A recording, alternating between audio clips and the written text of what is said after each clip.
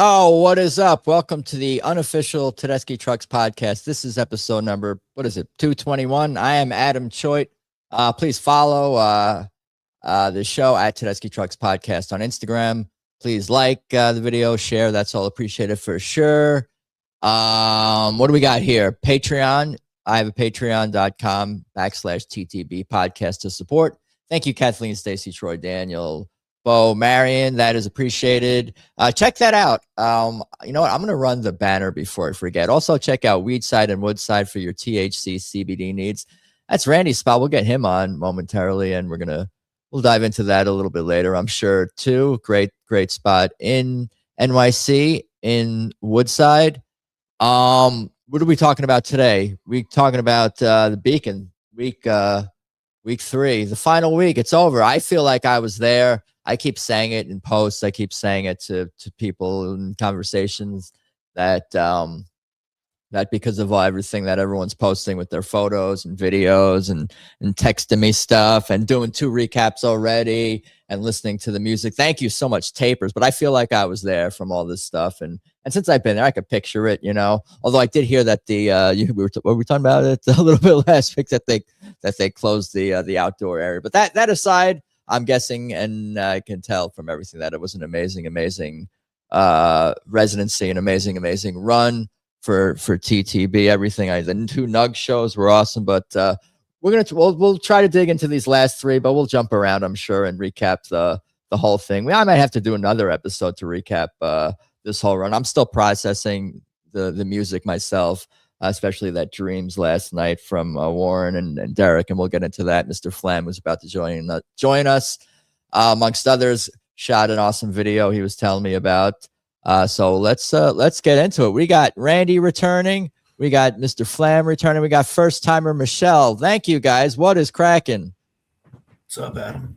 Oh, look at your voice. Oh man, I'm making fun of you, and I am joking, but I am being serious as well. If you need to take off, if you need to go drink some honey lemon tea and just lay down and rest, you're more than welcome to do that. What's up, Suzanne in the chat? Afro Blue Sky Dog, thank you for hanging with us.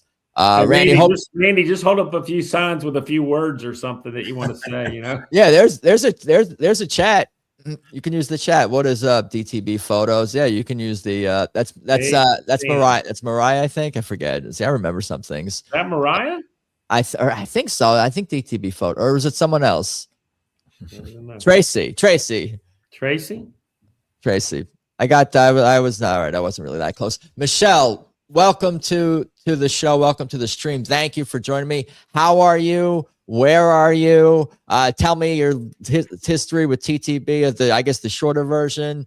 Who'd you discover first? And then we'll talk about what shows everybody went to. Randy went to all 10, but I want to hear a little bit from Michelle. Thank you again for joining us. Yeah, no, I've been trying to circle around to this for quite some time.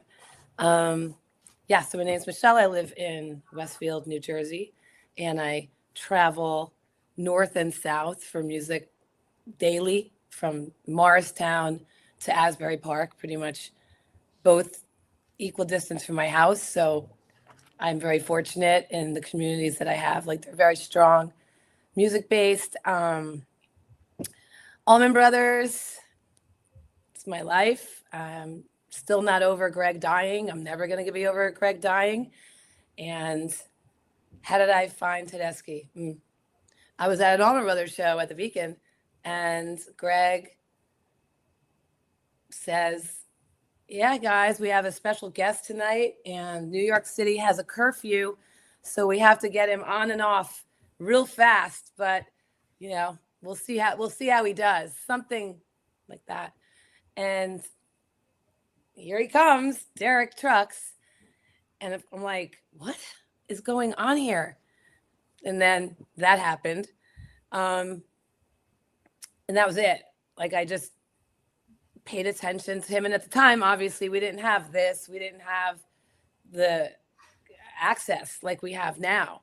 But I'd already been connected to the Allman Brothers since, I guess I was like 18, 19. And I've been part of the Facebook groups for a while. but I don't think maybe till like 3 years ago did I actually start participating. It was more just for info, like easier. And I hate Ticketmaster. So I hate Ticketmaster. Like I will not buy pre-sale. I will not do it. So I did the Ticket Amigos and as many ticket access as I can, cash or trade. And yeah, I just daily continue to just build my love for this band, this family. I consider them family. Like anyone that knows me knows that when the family's in town, like I'm not available. Like I'm not available. I work. I'm a mom and I go to the show. Like that's it. Like there's just like that's how we roll. And now they're gone. So it takes me a week, but there's some music around that I'll do. But and then the first time I met David Flamm, I reminded him of this past Friday. I think it was like 3 years ago. When did Anne have her knee surgery? Yeah. I think you're right. 3 right? years. So there was one ticket in front at the time, Derek's side, they just whatever. But it was on Gabe's side and it was a front row seat. So I was like, yeah, I'm going to get that seat. And then I don't really know anybody in that corner except for this giant guy that refused to get out of my way. Refused. He was like moving with me just to block me. And David and Anne were behind me wearing the same shirt. I feel like you were wearing matching shirts. Did you maybe sound weird? But yeah, I'm like, oh, that's so cool. They're wearing like matching shirts. I like them.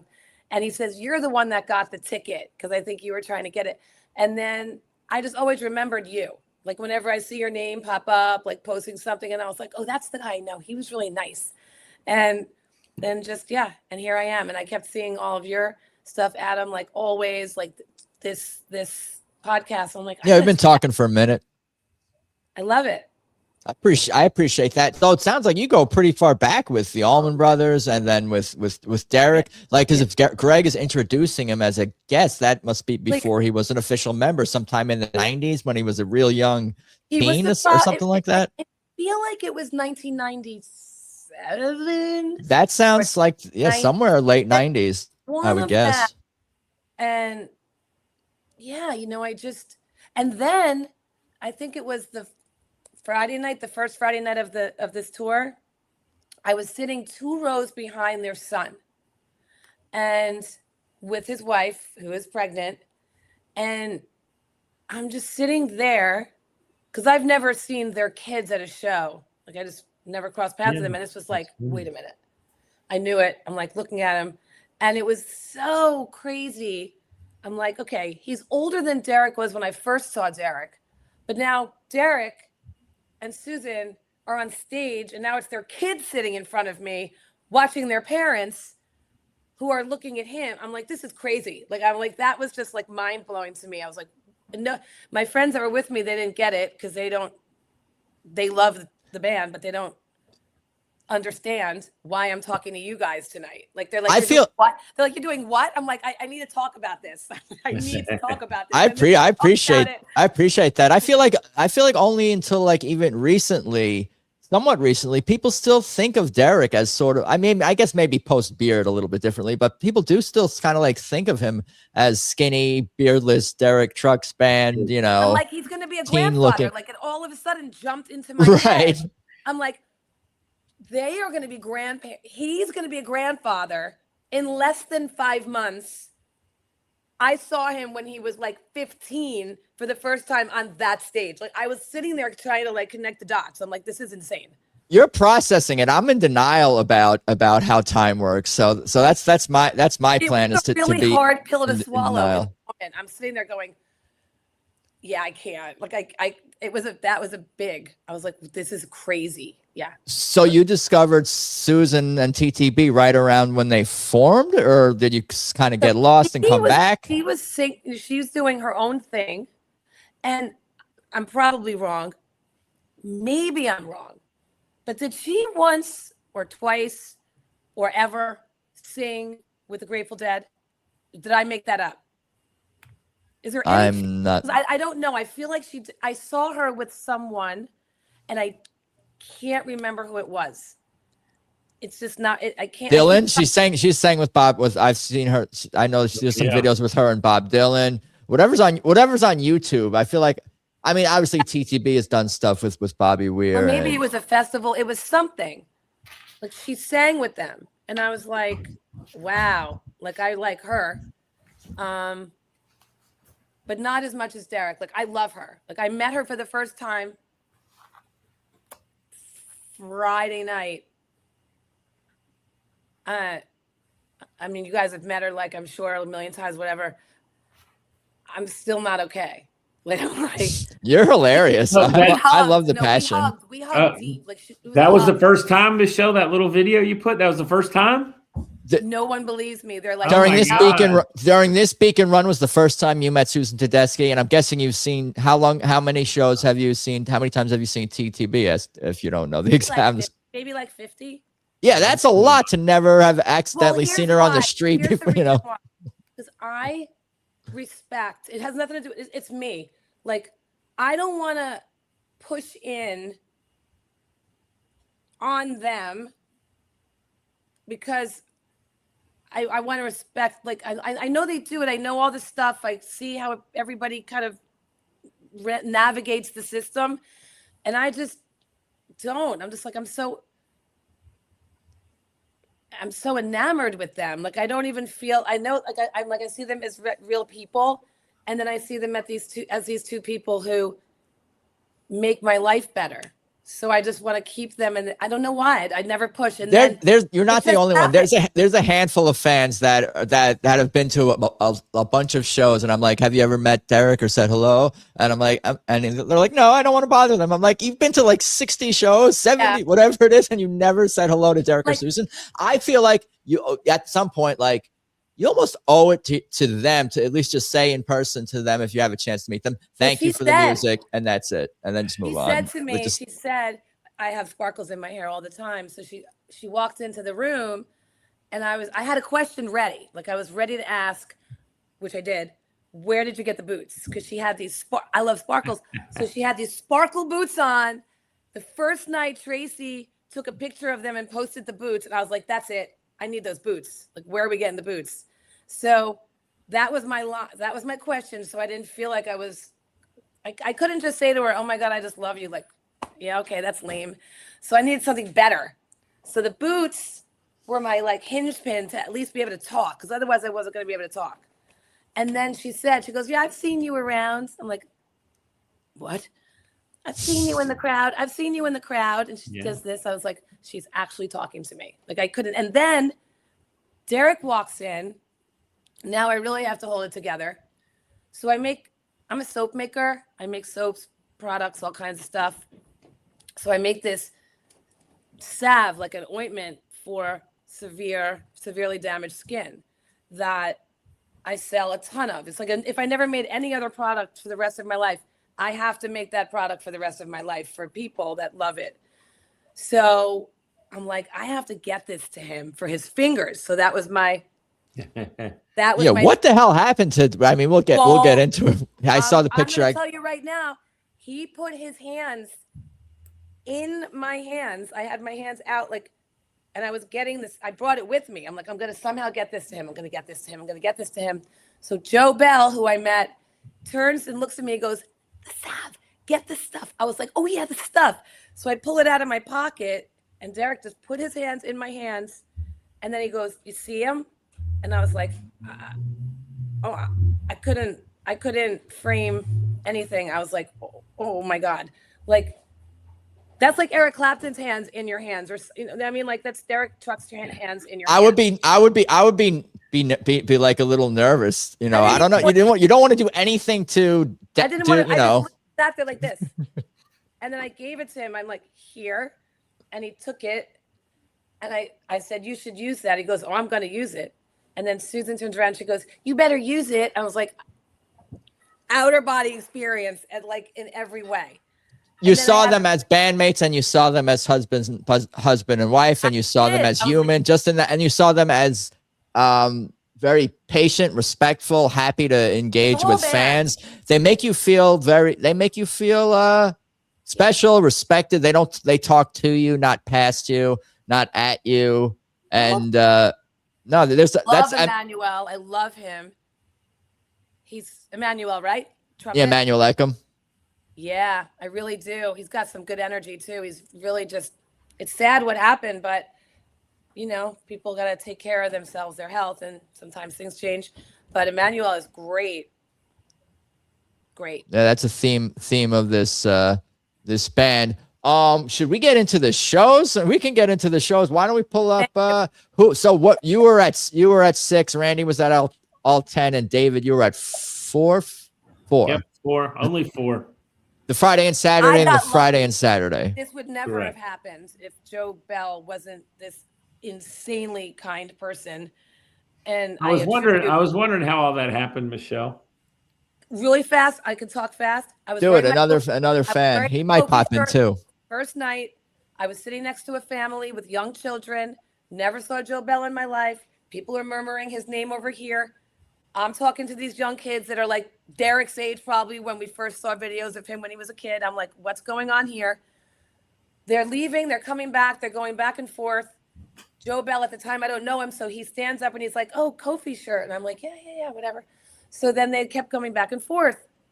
Then that night, I go on the Tedeschi page, whatever, and I see the kids backstage. I was like, motherfucker. I'm like, who is that? Who is that guy?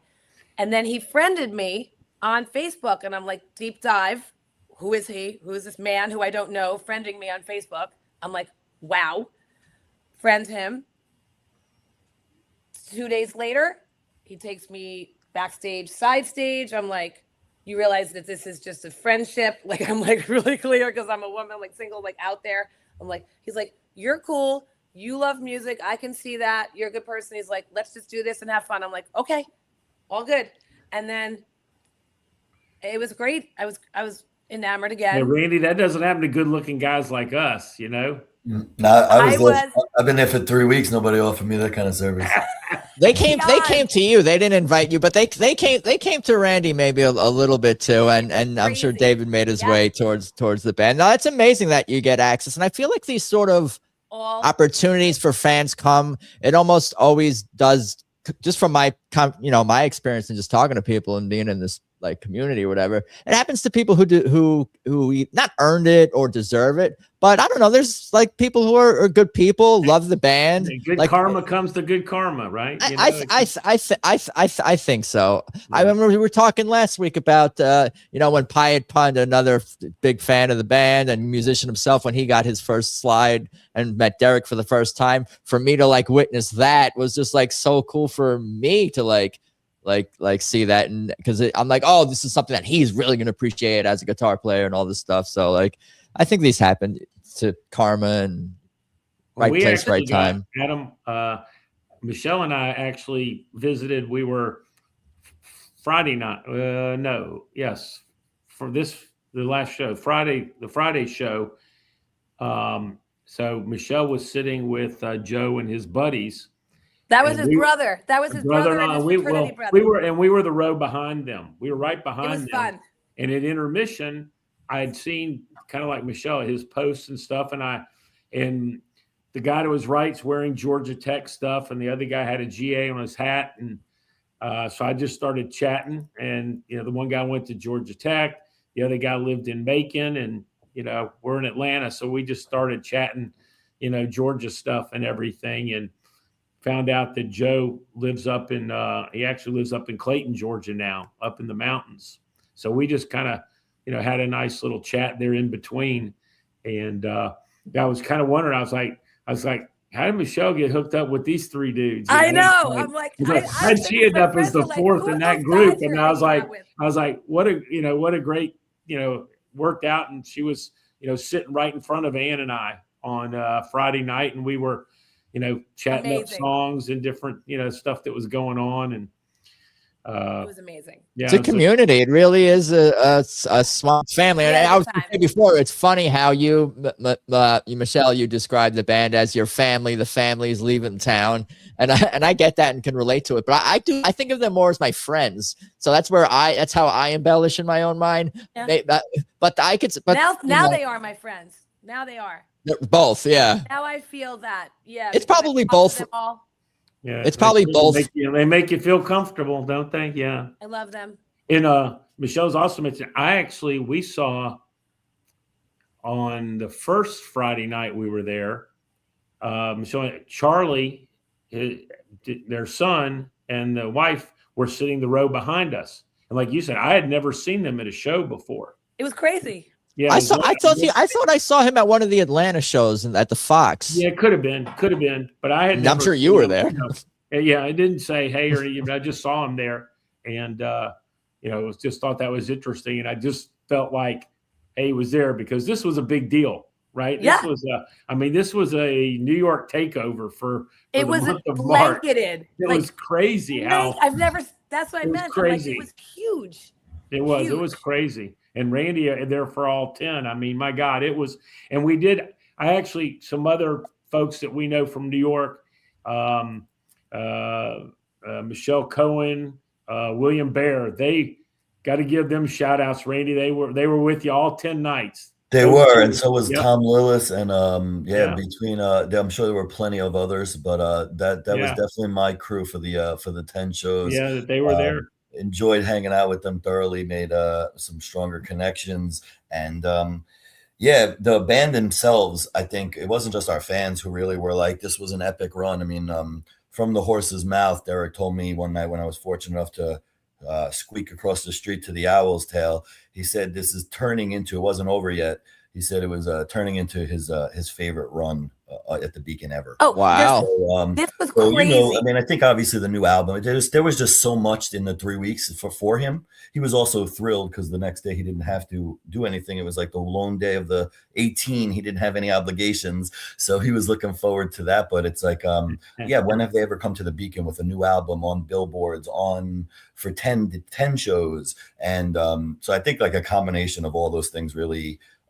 What did I see today? How many shows for Derek with the Allman? It was like 226 or something for Derek totally at the Beacon with between the Allman and his band, and Wow. Crazy. Because when I Am the Moon came out, it was COVID. They didn't have the, unfortunately, because that was an amazing. I love the way they did that album. 36, a really long album, but the way they broke it down made sense because people don't listen to albums as like they used to, like in their entirety so long. So they made it 4 smaller ones so they're more digestible. But it was a time that people were still afraid to leave their house in certain circumstances. Like I wasn't, but so the album didn't ever get that.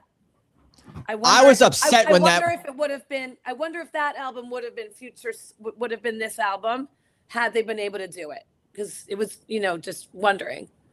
Yeah, I don't know. I do feel like I Am the Moon did not get like the critical acclaim it should have. I think that's politics in the music industry and the corporate world and all that, and all that, because it was just so epic. Just like the quantity and the quality, of course, is just like who puts out a quadruple album and slow with releases it that way. And a film to go with it. Yeah, it should have got a lot more critical and obviously commercial too, but especially I think critical. I remember like being, I look at who gets nominated for like the Blues Americana.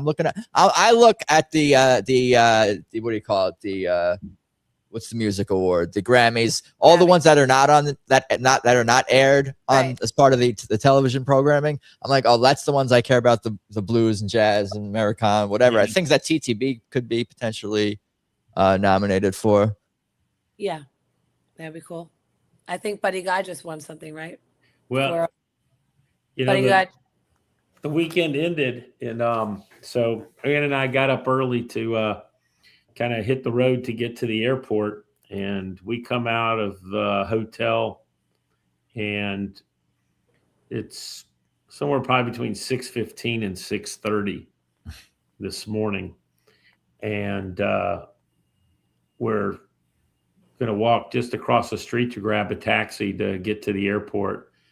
And I don't think we'd taken 5 steps and come around the corner, come 2 members of the band, and I go, I guess you guys didn't sleep last night, huh? I like it was 6:15, 6:30 in the morning. And they're like, nope. And that was, They didn't have to work the next day. yeah, They I didn't was like, care. damn, man, that's hardcore. And of course, just told them how great it was and how much fun. And one of them was the new man in the band. I love him. And the other said, I think he posted some pictures, Dave, of like The other one was sunrise Brandon. in New York. Yeah. and he's like, I gotta corrupt him. He goes, I gotta corrupt him, the new guy. You're talking about Emmanuel is corrupting the band, or the band is corrupting him? No, it was Kebbi and Emmanuel that were on the street. And it was pretty funny. And That might have been my guesses. I was giving him some props. I told, about me. I said, man, you can blow some horn, dude. And it was cool. Oh, wow. Look at that. Yeah, that's what I saw earlier. So cool, right? The I didn't see 236 is the number. Yeah. For him participating? In the Beacon, yes. For him. Yeah, just him. Gotcha. With combination. Yeah. Allman himself, the obviously TDB. I was telling you guys before we amazing. jumped on that I was fortunate enough to be at that last show of the Allman Brothers, and last night felt like I was there. It was pretty. It was a bit of deja vu. It was really interesting. And Derek, what a great guy to bring J-Mo and Warren, in for the last. I mean. And Warren was in Denver the night before. What the fuck? Yeah. So I had said, wow. We had talked last weekend, and I knew that Warren was off, and I was like, okay, I can see him coming in. And I was like, this weekend, no, he's playing in Denver on Friday night. He's out, And sure enough, he shows up. Just what a great brother to come in and do all that. To be there. Look at that smile on Derek's face right there. Look at their smiles. Do you ever see him happier? I don't know. I don't ever see him happier than when he's dueling with Warren. I don't see anything. I mean, I agree completely. You can hear the happiness through the guitar. Oh my God! And I wish O'Teal would join them. Yeah, for sure. And it's not just us, the fans, who see the happiness. I was fortunate enough to see Gabe after the show, and in conversation, he said, like, this is the happiest he's ever seen Derek play. So, I mean, unprompted, just, and Gabe had this, like, it looked like he was doing a school project. He had this binder of like papers, and now it makes sense. I think it was all those set lists that he posted, the 17 set lists that Gabe has posted. I don't know if anybody's seen it on his site, but it was like after the show, and I'm looking, going like, what is this guy got a school? Is he writing songs now at 2 a.m. at Amsterdam Ale House? I just, it was, and then it made a little more sense this morning when I saw the set work. I think that's what it was. But Gabe definitely took notice, and I'm sure the other band members see the same thing we see. Derek just like a little kid up there. Like a little kid. Yeah, we'll get it. There was Susan had a solo last night that was, it sucks that I can't remember what song it was in, but she had a solo last night that I thought was just, I thought it was her finest guitar work ever. It blew me away. She had not take it the right way. Her guitar playing, even since last May, I don't know what she's doing lately, but she's like doubled her like strength and power, and it growls. It growls more. There's more growling. Wow. I don't know if it was in Ohio or I was going to say it might have been Ohio. Or Leaving Trunk, maybe one of those two. I don't know. It was a very interesting set list, I thought. It was definitely not anywhere I thought it was going to be going. New album on reverse I didn't have to start the show either. Yeah. That was I really like that.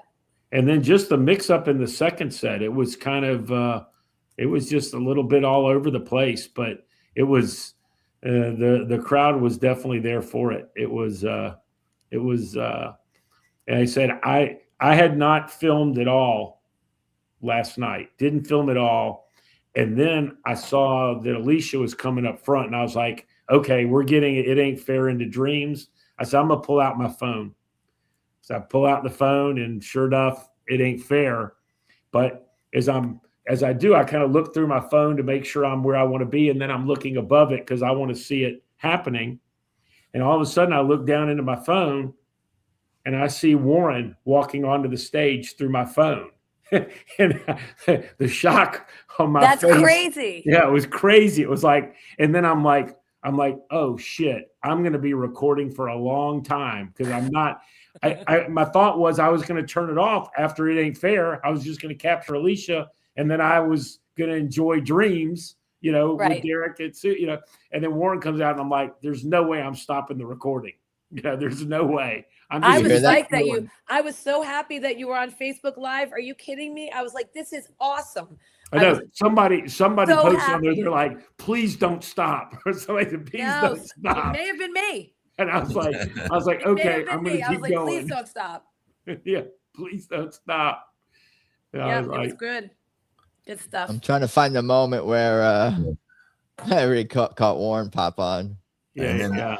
And a little further back, a little further. Well, there he is. Yeah, you got to go a little further back to see when he comes. Pops in. Yeah, here he is. Here he comes. Oh, just start yelling.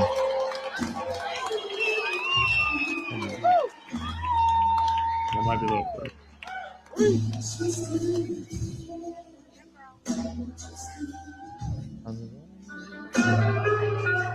I guess a little further on.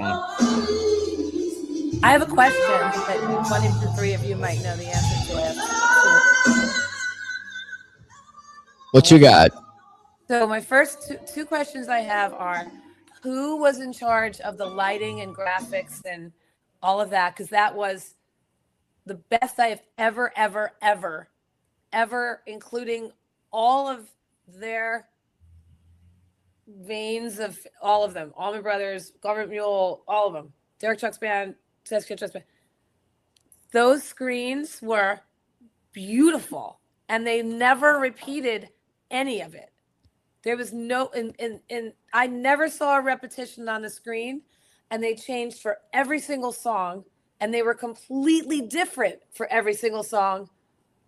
But they were beautiful. They weren't like cheesy or overdone. And I pay attention to this kind of stuff. Like nothing was ever too much or too bright, or I thought they were absolutely beautiful. It's gotten better and better. I feel like. Do you guys notice anything different, significantly different from last year's lights and graphics and all that? You do. Definitely. And last year, and even from the chandeliers. Chandeliers the whole time, 5 of them, and maybe they changed color. Like that was it. They didn't move. They just there. This was a completely different. Like just like the tour was completely different. Didn't they go from like 5 screens to 3? Didn't they? Because they used to have a couple of smaller ones. I thought on the they outside. They had. Was it still 5 or was it only 5 3? across the back? It was 5. The two up top on the side. Oh yeah, they had those on the side there. Yeah. I was like, this is so like. I thought I went up to Loge and I went higher just to see them from like different angles. I thought they were absolutely outstanding. Like from all the shows. I never went to Sphere. I don't really care if I ever go. So I'm thinking like that's pretty cool probably.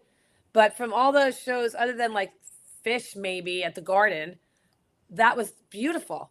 I thought they did an outstanding job. And I don't even know who these people are. Yeah, are there there might have been credits on the Nugs. Were there credits on the Nugs? If I did, I missed them. There have been. Find out who they are because I'm like just curious because they were. I feel like they deserve some credit because if you take those screens away, obviously the band's amazing, but they definitely added and enhanced this year versus be a distraction in like so many, not just them, like so many bands have lighting. You're like, or it's a distraction. I thought it was so meticulously, professionally done across the board. I was like, oh my God. Good stuff. And a shout out to the crew. Crew was awesome. I mean, I can't imagine they had to put in a lot of work. I know, Randy, it's good to hear you say that Derek was really happy with the way things went because I know he can be pretty meticulous about what goes on at the. I'm sure that trickles down to the band. That's too. his.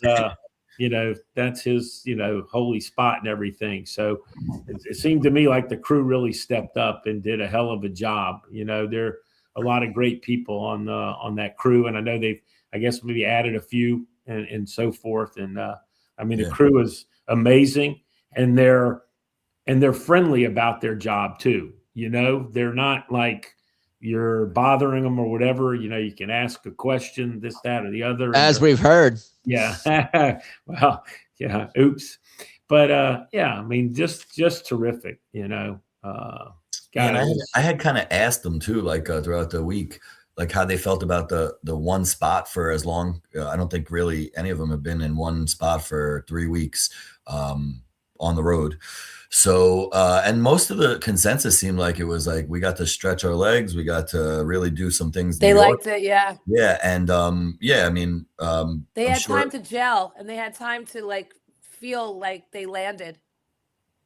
Yeah. And do some other things. I know a lot of the band members brought some like family members and did like the New York touristy things at some point of the 3 weeks. Yeah, exactly. It just seemed like fun for the whole family, not just, me and my family, but theirs as well. Where do you live, Randy? I'm in Long Island, so pretty easy. You said it. All you had to do was say Long Island, and I knew it. Yeah, right. I know the accent is a dead giveaway. It's excellent. It's like another world. Yeah, it is funny though. It's over. The whole anticipation of 10 shows and all this. And now it's all little bittersweet, right? All behind us. Yeah, just it came out, and apparently there's been, you were talking about, Randy, about having one day off. They did the Howard Stern show. They did I understand they taped like a PBS thing one night. They also did the MoMA and they did so many things. They did a little interview with David Frick. Did you if you haven't caught that, where they brought in some music, that they like to listen to and inspires them. They were kind of like the guest DJ with him. And it was a really cool 45 minutes or something. Somebody posted something about it. You have to have. Was that audio or video or it was audio. Audio was on Sirius, and I actually listened to it on the plane up Friday morning. When Ann and I flew up Friday morning, I spent time on the plane listening to it, and it was so cool to hear them and what music they had kind of picked out to share. And there was some Muddy Waters and some B.B. King and a few others that I wasn't as familiar with. So it was really interesting to hear why they had picked what they picked and everything. So if you get a chance, folks, you have Sirius, I just Googled Derek and it popped up. I didn't even have to put Susan in there. I just hit Derek and that popped up. And I think they recorded it one day, this past week or something. So like you said, Randy, they were doing something on the signing. They were doing something like every day. When I ran into Derek, he was rocking that jacket with the big Coltrane on the jacket, Yeah. So I didn't know if that interview had any Coltrane on it also for them. I don't think it did. As a matter of fact, I don't recall them playing any Coltrane. Might have talked about him, but I don't think they played a song that. That's a great shot right there. Yeah, and as we talk about the whole weekend, right? Some intros on like what he do? He did the Rare Derek Trucks Band intro on that Midnight in Harlem the other night, right? I think it's only like the second or third time that he's done. Oh, look at that picture! Oh my God! Yeah, it's so cool, right? We had that young man on our flight this morning. So he was on your flight this morning. While Kebbi was going to bed, Brandon was getting up and going home. So that little two different ways of the band members, happening. He was super nice. He was great. He was super. They're just so cool and casual. I have a question about Kebbi, what I never understand, and is it me, or does he have like more airtime on stage than any other band member other than Susan and Derek? He's I guess maybe a little more solos. He's been with them the longest in the horns. He's an original member, so maybe. Right. But I think it's on any given night. Elizabeth, will get a ton of airtime now. Obviously, Emmanuel's been getting his fair share of solos as well. So I think with Derek, it's kind of like you work that's why I think it was really surprising. Last year when it was Emmanuel's first run at the Beacon, he got so many solos, and it was the first time like most of us had ever seen him with he probably play at all, and definitely with the band. And he was getting solo after solo, and I was literally went up to Emmanuel last year and was like, I mean, I know how amazing you are, but you must have done something right to Derek, because he normally makes you wait a little while before he's inserting the solos. And he just looked at me like, you're not wrong. And I don't know what I'm doing, but I'm going to keep at it. And yeah, I mean, I don't know if anybody else kind of picks that up, which is, normally I feel like you got to earn the time a little bit. And as you grow a little bit more, you get more and more play. Yeah. And do you think that, go. No, I was gonna say that maybe his style is more conducive to soloing, and he, I don't know, was maybe not pushed for it, but like he just fits the bill for someone that maybe Echem and other trumpets past didn't push as much or didn't come across as wanting. So I don't know. I guess everyone would want a solo, but like I think you're right about that. He's super, super nice guy. It's really like scary nice. Yeah, really great talks with him throughout the week, and he's just like he seems like the fans. He seems as appreciative to be there as anybody. Yeah. And I mean, that's most of the band, but maybe just a little bit more because obviously the greenness of him with the band. Yeah, I actually asked him. I said to him that night when I got to meet Susan, I asked him. I said, "So how are you liking your new job?" And he looked at me and he's like, "It's absolutely awesome." He's like, "Sometimes I have to pinch myself." I'm like, I said, "You're awesome. Obviously you wouldn't be up there with them if you weren't." I said, "But I always feel like this is your job." He's like, "Yeah." He's like, it's pretty sick. And he loves the band. He's like, yeah, definitely loves where he is, loves the fans. He was just hanging out, chilling. Playing music at random places in New York City throughout the 3 weeks. Love it. Yeah. Are these all Bradley shots, Adam? Yeah, these just, I think so. Yeah, I think these so, are from the band. From them. Yeah, exactly. These are all from the band. Yeah. Speaking of Bradley, that's a hard-working dude himself, man. Yeah. Bradley, Jesse, the photographer, fantastic job. Videographer, I should say. Yeah, really good. There's a lot here. A lot of photos. Very cool. That's great there. That's great. Look at that. Yeah. Jumping around here. Should we talk about the set list? We can. I mean, it doesn't matter. This is casual talk. We don't have to go through every song on the last three shows. I'm jealous of Randy being there on Wednesday night. That set list Wednesday night. Yeah, I'll read it off. State Trooper, All That I Need, Coming Home. Wednesday night was amazing. Sweet and Low, Gravity, I Got You, Under the Knife, Isaac and Kebbi, Jam, and To Shame, Keep on Smiling, Idle Win, 44, Any Day, 44 They did Blues. Any Day, and that was it. Don't Think Twice, It's All Right, I Pity the Fools, Sing a Simple Song, I Want to Take You Higher to close out the set, and Fire and Rain, and Get What You Deserve for the encore. Did that happen? That all happened? I think so. Yeah, that did happen. It all happened. Yeah, that's what all happened. Hey, Randy, we talked about it last weekend, and we said, we got the new slime medley. Is the old one done? Yeah, I thought we would see it. Derek says, hell no, it ain't done. I told you I thought it was good. I thought it would be an encore, though, so I was like half right, I said we'd see it, but I thought it would be one of their encores. And I had the thought that Derek or someone in the band or someone in their circles or David directly, cause and effect, like ensure that the Sly is going to, because we had mentioned that and talked about it, that like, oh, maybe we're not going to get Sly and Sing a Simple Song anymore because they're going to do different, Sly songs now. But I don't get backstage, but I do get once in a while. And you mentioned about my wife in the Sly medley is that's her thing, and I did get to thank the Queen there for playing it on Ann's birthday last year. So I did get a quick chance to say thank you for that. So, and then to get it again. The amazing part about Wednesday night was they didn't do anything. I Got You, the sixth song of the show, was the first repeat they've done the entire tour. And then after and Under the Knife they did, and they did Shame, which they've done earlier. But Keep on Smiling was new, 44 was new, Any Day was new, Don't Think Twice was new, Pity the Fool was new, Slide Medley was new, Fire and Rain was new. So it was a really unique show because they hadn't repeated anything. Yeah.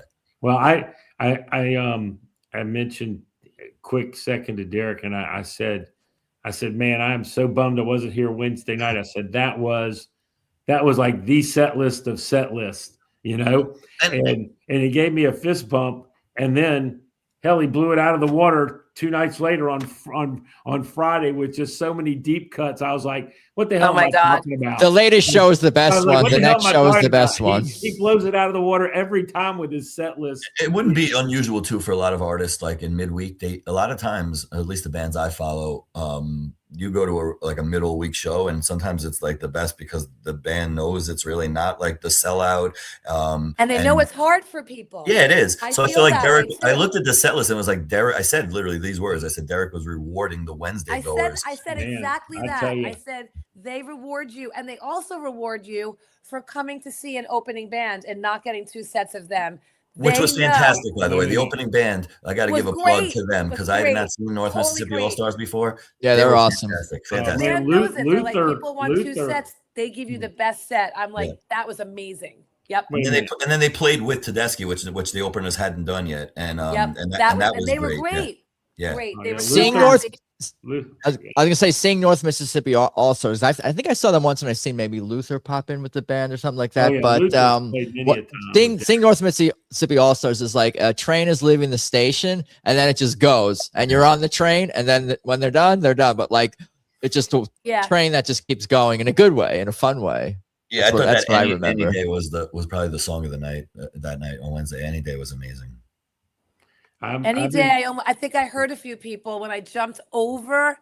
I jumped over 2 people. I was wearing Doc Martens. I'm sure I kicked someone. I did a fast apology, and I just launched myself to the stage because I was wearing my Any Day shirt the night the one before. I had a shirt made for Any Day, hoping that they would play it, and I'm like, not wearing my shirt. But I only ever saw that once. I'm still waiting for They Don't Shine. I said it. I'm gonna keep saying it. Oh, they've only played that. They Don't Shine. Have we gotten like 10, 20, 3 times only? I found it 3. Not many, huh? Yeah, you have to go back and look. It's been played a few. I remember seeing it a couple of times when it first came out. I love that. All that I need is one of Ann and my all-time favorites. Too many great songs. There's too many great songs. What can you go back do? and look at the first 4 songs that they played there? Oh my God. Yeah. Sweet and Low. And it was actually really cool. Only Sweet and Low this run, right? Yeah. Oh yeah. State Trooper was just like Mike and Susan and Brandon and Gabe, and like the rest of the band hadn't come out yet. So you remember a few years ago when Susan was coming out late for Woman to Woman, and they give her a huge round of applause. Yeah, that was cool. It was pretty cool because for State Trooper, the horns came out with Derek like later, and they got the huge applause, like as if they were entering the arena. It was really cool. I like that too. I like that. It was like because you could feel the energy in the room, like these are the intensity of like, where is he? Where is he? Where is he? Where is he? When's he coming? Where are they? Where are they? And his hand was like has been like troubling him, right? So like, one of my buddies sends me a text joking around. He's like, "No Derek tonight," like because he wasn't on stage. I thought it for a second. I was like, "What?" I was like, "Where is he?" These are all not played. The first 5, maybe you guys were saying this. First 5, yes. Yeah. The first 5 were all the 2026 debuts. Right. Yeah. They did 123 debut originals throughout those 10 nights. I wanted to see if TT Bass put together, how many different you could just filter. songs. So you just filter the run, and then it'd give you all the stats. You can? Okay, yeah. So I did it earlier, and it was like, actually, I think I had it on my phone. Tell Adam how to do that. Yeah, how do I do that? Recent shows, to go to 20 shows by 2026? Yeah, just go by tour. You could filter on like stats, total stats though, like when you're in your account. So in like stats, and then you filter the tour, and then obviously since the tour is only 10 shows, you're gonna get the beacon run. Well, you talked about Derek and his hand. I saw a moment last night where Derek was over there next to Brandon.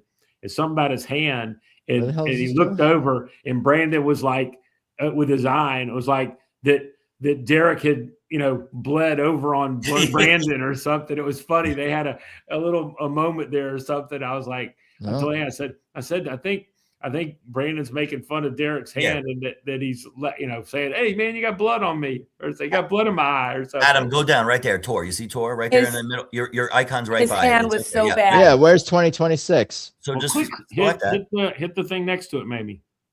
No. What? Any Oh, yeah, tour it's dates? Future I Soul dropped it. 2020. Yeah. There you go. And then the tour dates. So you should get these numbers because I have them in front of me right now. Yeah, like so they did 217 songs in 10 nights. Wow. And they did 123 originals. Like not original songs, their songs, but unique songs. Unique song. Yeah, and then 52 covers. That can't. I love that. Is that everything there? Really? It's 217 is the total, and 217. Wow. yeah. If the next person that says that they don't like the set list, that they're too repetitive, they need to go to jail. They need to be put in like a 30-day hold. Just step aside. Pull up a seat. I mean, look at Friday night. I mean, That's how what many to this get is. Friday night they hadn't done, right? The Letter, I've Got a Feeling, The Crying Letter, Over Love. You, All the Love, Joyful Noise. Keep Sign going. of the Times. It was Devil Be Gone, and it was the only song they played from the new album was the first repeat, and then Right. they did Love And Has then Something to Say. Willie the Pimp, right? And they did three. They did that three twice. repeats out of 10, I think. In the This hasn't come. None of the tapers. I haven't seen the audio of this show come you out. haven't? Oh It my hasn't. gosh. It hasn't. No, I don't. I'm sure there's some stuff on YouTube that I can dive know, I into keep because I haven't looking really for- dove into this show as much.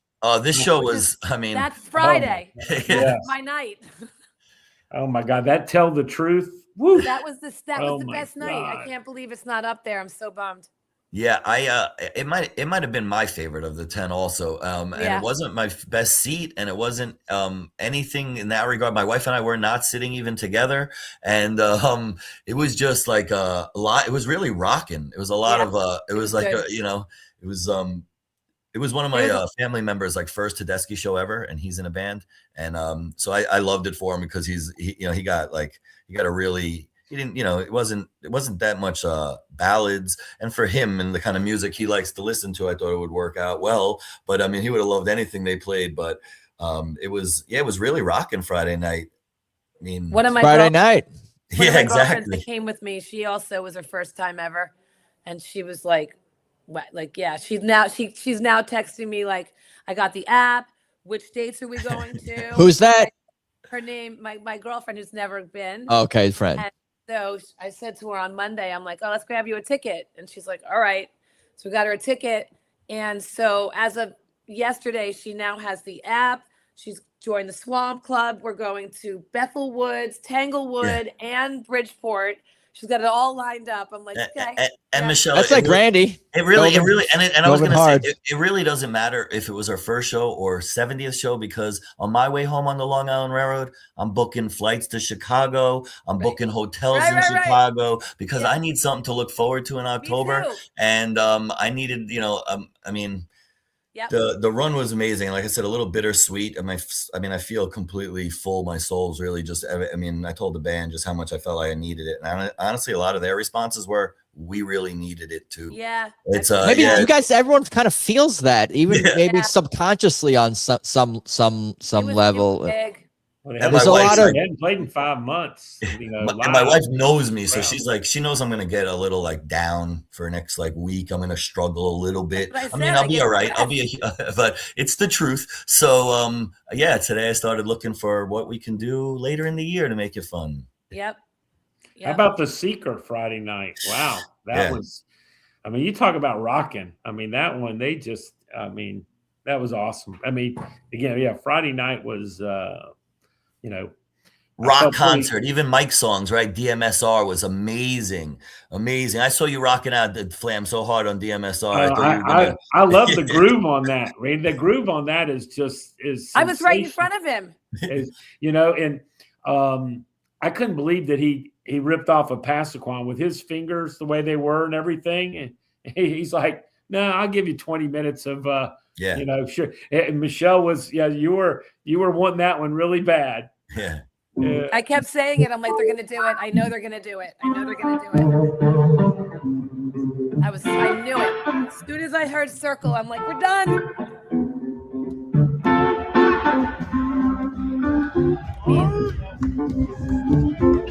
You guys hear it? Yeah. Yeah, quality's not great on here. These tapers and stuff, it's a lot better than what we're getting through here, but it's a taste. Do you guys think that Derek moved How about sides? Brandon's new bass there? You see that bass? Do you think that Derek moved sides to help to pull Brandon out more? Yes. And I think it works well both ways because Susan and Gabe do so much together. Yeah, so I think I it was agree. a natural, easy shift. But yeah, I think no one has ever said it, and I don't think Derek would ever. He's so humble. But I think it was like to just pull a little more out of Pull him out Brandon. of the shadow a little Just bit. a little Like, more. come on out. And Yeah. Brandon's been amazingly like Yes. animated. He's got the head nod for like pulls he's up just front, if you've seen him he 3 pulls- years yeah. ago to now, it's like a very different like a stage presence. He That's why I sounded asked, so yeah. good. And he's been sounded getting a so lot of good. Boone chants at the shows, and Boone. he's really been. I don't know if he likes it or not, but He likes it. He smiles, he he pulls does. Ask his mom. Ask his family. You didn't. Yeah, he's your buddy, David. Well, I did Mr. ask him, Flamm. Adam, and I kind of got a stoic face, so I still don't know the answer. Nah, he's not a big solo guy. You know, he's not a big solo guy. But you can see him having a lot more fun with Derek being next to him. You really can see that. Definitely. And it's definitely bringing him into, and what I try to do once in a while, it's so hard because Derek is just so phenomenal. But even when Derek's going off, is to try to hone in on Brandon's bass line. And it's just right with him. Ohio was really. Yeah, huh? I mean, man, you know, with the he's still machine gun and the young Jimmy guy. vibes and the. I remember when he first got the gig, and I said to him, I said, what's it like playing with the best guitarist that's ever lived? And he's like, I'm like, you're like 26 years old, and you're playing bass with this You're guy. chosen. You're chosen. Like, to yeah, play you're bass like, with him. you're the guy. You're the guy. that he's picked to play Right. bass with him. I'm Right. like, holy freaking cow, man! Do you Right. know how lucky you are? And Right. he's so humble. He's so down to earth, and that goes to his parents. You know, I mean, just raised right. He's just such a nice young man, humble, but man, he can deliver on the bass. He can deliver. Did you see And Howard Stern gushing over him on the Howard Stern thing? Yeah. Fantastic, right? Yeah, like Yeah, what did he say? He said something Brandon like, Boone knows what the fuck he's doing. yeah. is He what said he something like not too bad or something. He also put it there like not too bad or something. That was funny. Howard had some good funny comments about people, and He loves that was them. nice to see. Yeah, I saw Derek's response was great. It was like, "What are you guys on?" And Derek's like, "Probably a bunch of stuff." Yeah, a little bit of everything. Yeah. It's like 8:30 in the morning. The band hasn't been up that early since like 10 years ago when they did the Today Show, and you know, it had to have been surreal for them too. Usually night gigs for them. Well, I know the four. You know, we went to 4 shows, and I think might have caught Kebbi for a minute after each show. He was on to a fucking another gig every night. He was not done. You know, I mean, you would think that. And one thing that just came to mind, I wanted to mention it before. I always slips when somebody says something else. Is that show Wednesday night was a 2.5 hour set. Yep. One set, 2.5 hours. Yep. So that's almost what you get in a 2-set night. A Yeah. 2-set So that night. Wednesday night, I mean, that was because I was listening to that again after I listened to the interview. I played the first hour of Wednesday night, you know, on the plane. I listened to the first hour. I got up to Through Shame, I think it was, and I was like, "Oh my God, Oh my God. did you guys get one on Wednesday night?" It was just, It was crazy. I mean, I love a Don't Think Twice. You know, I don't, you know, for my liking, I wish that made it a little bit more often in the rotation. You know, it's not. It makes it more special in a way when you do get it. She sings that just, you know. That's And how the- I feel about any day. The idle wins have been just ridiculous with both drummers. It's like, you know, kind of like set break, even though it's one set, they kind of use it as like set break where they would obviously be finished. And it's been incredible. And yeah, he went into some rare shit in idle win too, Derek. He that did. Yeah. He did something in the middle. What did he do? I got to listen to that. Oh yeah, The Maki, was it the Yeah, Maki Mane? Something Yeah. there. Yeah, exactly. That's what I think, right? He he does He did that a- before. Did a couple of past tours, I think. They brought that back. What he did in Idle Wind was like, I think I had read he only had done like twice before. I don't know if they listed in the notes or whatever, but I want him to do This Guy. I would love that. Yeah. The DTB. Yeah. The Sky. This Guy? This Sky. This Guy, that's right. I love that song. And just what a I mean, how does he come up with that set list? That's amazing. I mean, you think about it, set list, the band leader. I mean, just he's everything that he takes on is incredible, and you know, it's amazing. I love Susan he's being so happy with the new. He's a maestro. Yeah, and Susan it's a lot. So happy with Everyday People. Watching her sing Everyday People, if that doesn't just fill you with happiness, it's like crazy. Yeah, I love the clap. I love the clapping you guys were doing last night. Thank you, Rich Barnard, for the live Mixlr.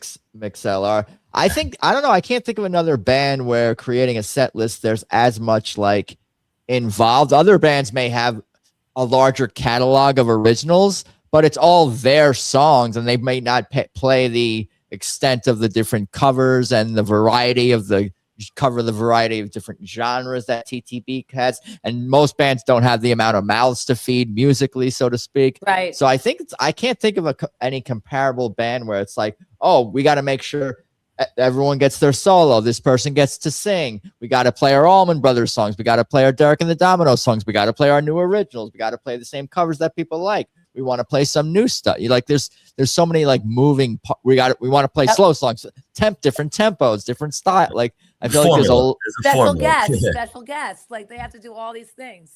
There's nothing There's nothing really comparable to it. There's elements of all these other bands that that have influenced TTB, but there's aspects of the Allman Brothers and TTB, aspects of Mad Dogs, aspects of the Grateful Dead, aspects of all the blues and classic rock that we love, and smaller aspects even of, or maybe bigger than smaller, world classical Eastern sounds and all that. But they give it all to you. You get it all pretty much every night with this band, and the set list that Derek creates, approves, that the band puts together with him and the crew and all that.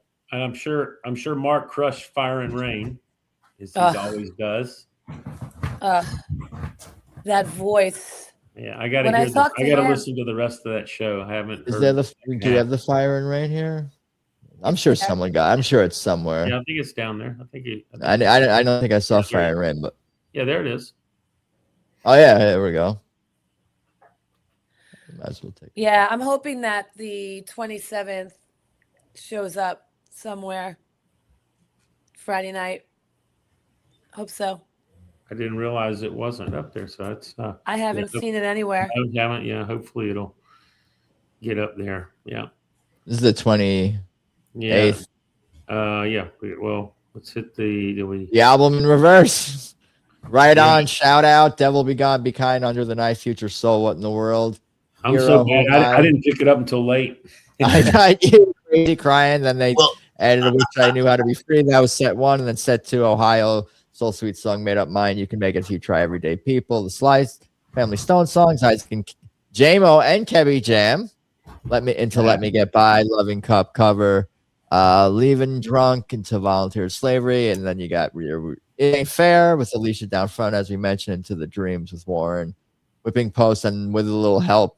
So it's such an awesome finale. I always forget, like it starts off slow and then it just builds and builds that.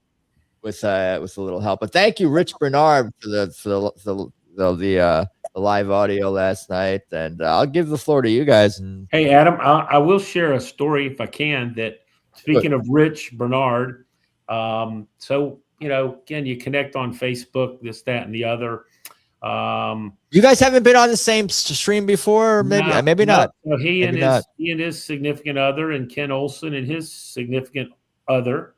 We actually, the 6 of us, got together Saturday afternoon and spent some time together. And it was cool.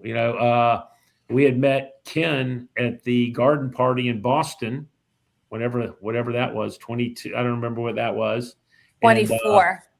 24. And then, like I said, Rich, we kind of communicated on Facebook a little bit, and it kind of ended up working out. And we ended up spending a few hours together on Saturday afternoon, making, kind of, deepening of a friendship that was just kind of on the surface. And the six of us really had a good time. And it was a lot of fun meeting some people. And then Rich ended up, I think he's done that a few times with Mixler. I think he's done a few. I've listened to a few of his things in the past. So, but it was really fun to get to know them better. That was a lot of fun, and also to get to know Michelle a little bit better, sitting so close by on Friday night. And Randy, I don't want to know him any more than I already do, man. It's enough. It's enough. No, like you said last week, when he probably feels the same about me. So there we go. Like you said, when you mentioned to Susan, whichever some past time when you had a chance to connect with her, you mentioned that like that's a big thing that you're grateful for, is like the people that it's connected to you. Speaking of, there's Mariah. I think she's referring to the Wednesday show. So maybe I'm guessing that's what she's referring to based on our conversation. So far, nothing's coming up for Friday. And yesterday there was one already, right? I think I didn't listen to it yet. Friday, that's what I meant. Whichever one there's not a recording for. Hey, Mariah, you and Christopher were certainly missed. Ann and I missed you guys, so can't wait to get together again sometime. Very cool. These are all great comments from everyone. Mariah with mentioning the tapers, then Tom Lavelle here, totally saying that the band is so respectful to music history, and Afro Blue Sky Dog. TTB is an entirely singular band today. That sounds about right. They play what they want. Go to ABB, Allman Brothers on 81003. Don't think twice on Spotify. Amazing. The whole show is amazing. Hey, Very you know cool. what? Hey, they play what they want, and for us, they play what we need. like Suzanne was saying, there's a synchronicity going on, like with the fans. It isn't like I keep talking about how it's like the same kind of energy, and like even like. They revere the band. They revere, if I'm using that word correctly, like Derek in the same way like we do. They know like how great that dude is and how legendary he is, and just how awesome it is to I think did Randy freeze there? Oh no, there you go. No, yeah. When just watching Susan watch Derek, she's just like, yep. She throws her hands up, she rolls her eyes. I love when he laughs at her. But they all know the presence that they're in, and they feed off of us. They feed off of us completely. If there was no one there, they would be like, all right, why are we bothering? So it's a two-way street, the energy. It's a high percentage of TT. It's a magnetic connection. I feel like maybe you guys have a comment on this. I didn't do a poll, but I feel like a higher percentage of TTB fans are hardcore fans, and not only hardcore fans, very educated about the band and very educated about the music that TTB influences. Like you get a musical education from TTB. And to speak to some of you guys are telling stories about bringing friends to shows. I always, mention that, when I bring family and friends to shows, like over the years, a high percentage of them have been to more than one show. You bring somebody once, they're going to go to at least 2, 3, 4, like they become a repeat customer, if you will, too. Yeah. So Saturday night, sitting there, and to the right of me was a young fella, kind of introduced myself, and he was there by himself. I think he said he was 24 years old. Dude, you are the friendliest person ever. Nick, kid's name, a young man's name, I believe it was Nick. Forgive me if I get that wrong, but we started, we just chatted a little bit, and he said, yeah, I've been to, a handful of shows, whatever, or actually, I think it was his 4th of the run. He was, lived in the area or whatever. He was a big fan, 24 years old. I like seeing that. And then during the break, I don't know if he got up or something. And then there was a young fella sitting on the other side of him, found out they weren't together. And he introduced himself as a 20-year-old. And next to him was his dad. Yep. And it was just a cool row. And then Ann kind of befriended the couple to her left, and they were from Chicago. the father-son were in from Houston as a father-son thing, doing their thing. So, I mean, it was nice to see some young people and again, people from all over that make the pilgrimage, to the Beacon. And yeah, you talk to people and it's crazy how many of them are not from New York and they're at the Beacon. They're just from everywhere. I had a couple who I met last year at the Beacon Run who I've came really cool with, really nice people. And they were flying into LaGuardia from Toronto. And they needed my services, hence the business that I run. So I told them, why don't you just take a car to my shop on Friday, and I'll drive you into the Beacon, and you don't have to take a cab from LaGuardia to the New York City. He was like, dude, you were so nice. I'm like, I'm going there anyway. And he couldn't be more happy. We got a chance to bullshit about Tedeschi, the 40-minute ride from Queens to the Upper West Side. And, it was, and that was 2 Fridays ago. And then this past Friday, he's like, I'm coming back in again. Would you be willing to do the same thing we did last Friday? I go, I'm leaving at the same time. Yeah, sure. And that's what we did. And he super appreciative. But for me, it was just like, too general, but I mean, he's a Tedeschi Trucks fan. He's flying from Toronto. Like, let me help as much as I can. Good people. Yeah, it's kind of like-minded people. We had another young fella when we were sitting behind you Friday night, Michelle, a young guy kind of said hello to me or whatever. And for some reason, I don't, maybe he'd been to Sun, Sand, and Soul, and he says, hey, I think we have a cove near you, whatever. We're going, my dad and I were going again. So we chatted a little bit. And then he came up to me last night, said, hey, it was great talking to you. He goes, I told my dad, and I said, talk to this guy. And he goes, yeah, you need to go see this guy, Dave. You need to see the guy, Dave. He goes, I think that's the guy I met last night. Yeah.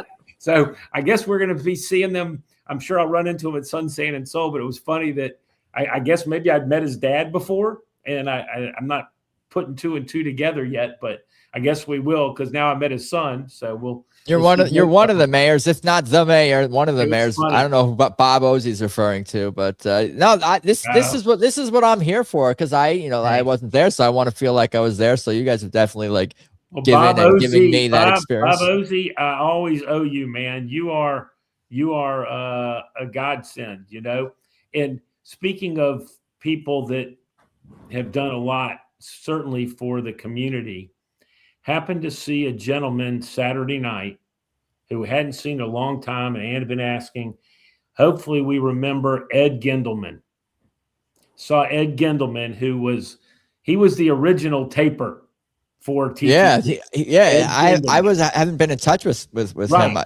Exactly. I wasn't sure but we actually saw him after the show Saturday night, and Ann and I could not have had bigger smiles on our face to see him at a TTB show, because I mean, I lived off of his TTB tapes for years, Adam, and you've talked to him. Yeah. Ed, he's been on before. Yeah. Super nice guy. And saw him. I think he's had some health issues and stuff. And I think he's taking care of some family and so life. Yeah. So it was so nice we just happened to bump into him as we were walking out on Saturday night. And it was funny because Ann had mentioned him earlier in the run. God, we haven't seen Ed in so long. And then boom. And we saw, I mentioned last week, the couple from New Zealand. So we saw them again Saturday night. And gave him a couple of more guitar picks and stuff. And I said, you need some more stuff to take back to New Zealand, and he couldn't have been happier to get some more souvenirs and stuff like that. It was this is almost as important to me as going to be listening to archive.org in the week ahead. Like, this is all part of this is like what I'm going to be like thinking about, and it's like the feelings are transferable, not to get too new agey or you gotta spread the love, One knock. I said that to Susan. I said, spread the love and joy. How didn't they have cups for this run? I wanted those TDB Beacon cups. It's my only knock. If the music was insane, because you guys complained about the smell too much on the podcast. They're like, no cups for them anymore. They complained publicly about the smell of the cups. No more cups. I met Terry. Randy, you know Terry, I guess. Terry. He's kind of the Merchandise? the merchandise Oh, guy. okay. Yeah. I've been friends with him for Yeah. years. I did not, I'd seen him around, didn't know what he did or whatever. And Terry. I guess since he was staying, we usually stay at the Beacon Hotel right there. And we stayed at the Art House this past weekend. And I guess maybe he was staying there or something. He came into the lobby. I said hello. He just walked over and we were sitting with Ken and his wife. And I mean, he just chatted it up for a while. It was really, really nice. And he's a great never guy. spoken to him before. Yeah, he Great was. merch. Yeah. Great merch Yes. at the Beacon. Yeah.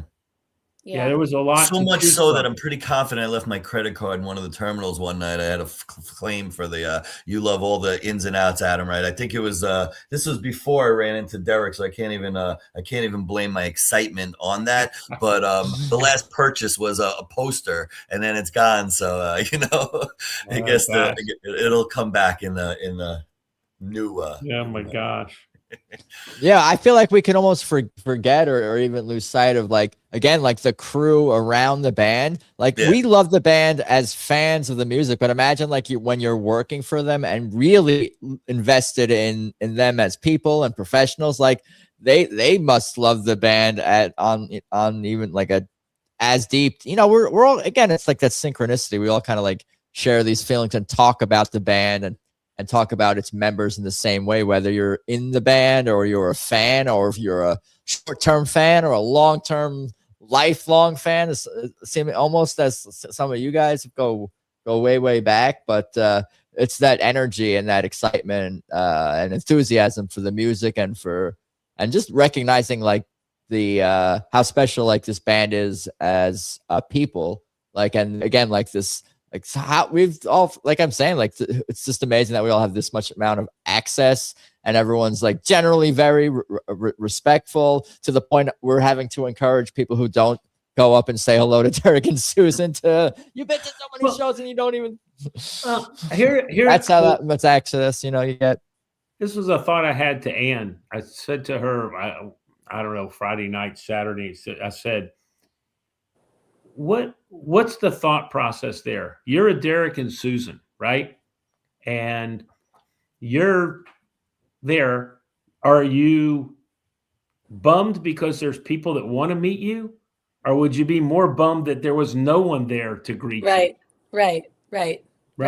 So how do, for lack of a better term, superstars, how do they, do you want that, you want people that, want to share the love, or would you rather be a recluse, and unapproachable? Yeah, maybe. I mean, I can't speak for them or anyone who's like famous on like levels like them or even like beyond that. But I think maybe they appreciate like the level of fame, I'm using air quotes, like that they are, where they can like, interact with us folk outside the stage door and not be like mobbed. That they're, that it's not the Beatles. It's not. They can live somewhat of normal lives. You come in and there's nobody there. You come out, there's nobody there. You're like, wow, have we? What happened here? It's a human. It's a human nature. It's a human nature thing. I think it's also that it's like, I don't want to be bothered, and then it's like, where's everybody? Well, it's funny Flamm says that, because at 3 a.m. when I was leaving the restaurant and wandering, and my wife and I said, you want to take one lap around the Beacon again for one last closure, and we're all the same. And it was empty, right, Dave? To your point, and it was almost, the gates were closed in the front, right? It hurts. It was lonely in the place. Hurts. I think the answer is they wouldn't want it like that, right? It's like really, it was eerie, it was quiet, and I was like, I like it much better when it's vibrant and there's people here in front of the place and side stage. You're talking about the end of night 10 of 10? Yeah, like 3 a.m. though. Like, I mean, they're already loaded out already. Loaded the trucks. Done with the load out. I mean, there's no trucks on the road. I think we were hanging out in one of these years, like last night, loading trucks, and so I feel that sad feeling. Night. Yeah, extra hard last night with the load out. Yeah. Well, David, you and Ann were the first ones I saw after I met Susan. I walked out the side door, and you guys were standing there. And you said, "Oh, do you think they're going to be a while?" to me. And I remember just looking at you guys going, yeah, I don't even know. Like I couldn't even figure it out. I'm like, okay. You were still just trying to walk after you had been hugged by Susan. Couldn't even find the door. I was literally turning around in circles, like, where's the door?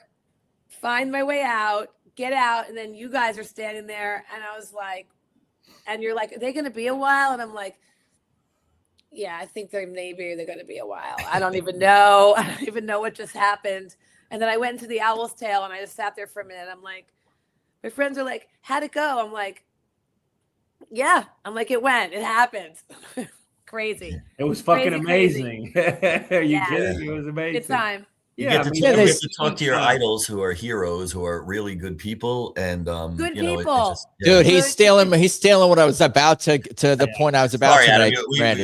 No, you said it even better than I was gonna. Adam says it all the time. Let somebody else say it. Yep, and unapologetically, they say what they feel. They say what they mean. They're not. They just put it out there, and they're good. And I'm like, sometimes I sit there and I wonder to myself, like, I'm gonna assume that we're all the same in our belief system for the most part, just based on we love them. And probably I try to imagine someone who might not agree with Susan sitting. I mean, I met them once before in Montclair. There was a film festival in Montclair. One of the films could not make it. They were touring in Connecticut, Pennsylvania. It was the summer, and they had a day in the middle that they didn't have a show. The person running the film festival reached out to them and said, hey, we've got a spot in this film festival. He's a big Tedeschi fan, and they had just released Eye on the Moon, and they're like, would you like to put the film in our film festival as one of the, rotating films, whatever. And they were like, yeah, we'll do it. So they came to Montclair, and there were like 50 tickets or 75 tickets that they sold. And I got one. So the band's sitting right behind me, watching the movie that corresponds with I Am the Moon. Then it was right at the end of COVID. So they were still kind of like guarded. Then at the end of it, there was a Q&A. They were up there. We're sitting there asking them questions and stuff about Passaquan and what does it mean. They were talking about the album and stuff like that. And then it was right when Roe v. Wade kind of was disintegrated. And Susan went off on it. She was cursing, like, fuck this and fuck them and women's rights. Like, she was literally pounding. And Derek's like, Susan, calm down. And she's like, don't tell me to calm down. She was crazy. And I'm sitting there thinking sometimes, like, if there's anyone in this crowd that is more conservative, they're probably wondering if they're in the right place or not, or how could they love them so much and not be in the same groove? Because everything that's coming through her is so passionately connected to so much of what's happening in the world. And if you're not on that same page, I wonder how you might feel sitting there, not knowing that she's passionate. I think they do a great job, and Susan especially, they do a great job of being honest about their own feelings, their own political beliefs, and their own beliefs. But also, and this is kind of a loaded term, but I think they are a very inclusive band to people who come from all walks of life. They are a very diverse band themselves in more ways than one. And I think there's a lot of, they all don't believe, I don't think they're a monolith themselves in terms of like how they believe and necessarily every single issue and every single. Right. Of course not. There's 12 of them. Right. And I think they really do a great job of being very positive, realist, but also positive with their music and being unified and being, again, it always comes back to like this Bob Dylan. We all have to do this. That's a perfect song. It comes, and they have this, this sort of like, it all comes out back to this Bob Dylan style songwriting where it's sort of vague and universal, but also specific. What makes it, the specificity also makes it feel more universal. These sort of like all these, they know more about songwriting than me, but I think lyrically and their songs, they're honest. If you ask them a question about their beliefs, they'll tell you. They don't, they have their causes and beliefs. But I don't think they always lead with that. And I think overall their whole tone is very unifying and very positive. Yeah. Hopefully. Let's all get along. Let's all get along. Okay. Right. We Right. I thought Space Captain would be the closer for learning to live together, but I guess with a little help from my friends, kind of does a very similar message. Right. I want to bring in Mr. Rich Barnard, who was at well, he'll tell us how many shows he was at, but he was there Rich, last night for sure. Share your picture with us, Rich. Share your picture. Hey there. Rich, there he share your is. Picture. Thought I'd stop in late and say hello. How y'all doing? Good. Tell it. You can share whatever you want. You're back in Baltimore, I'm guessing. Back and in Baltimore. Got home, had some supper, hung out a little bit with my son and girlfriend, and here I am. So I just say hi. Let's put it that way. So which shows were you at? Just last night, which is all I needed.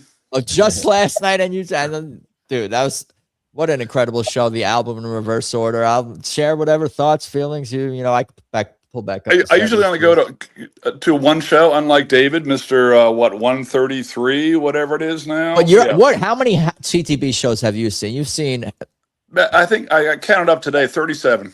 Okay, so that's like, that's a big gap. Zero. There. But if I go to New York, I want good seats. I want to sit in the first 10 rows, and I'll pay whatever to do that for one show.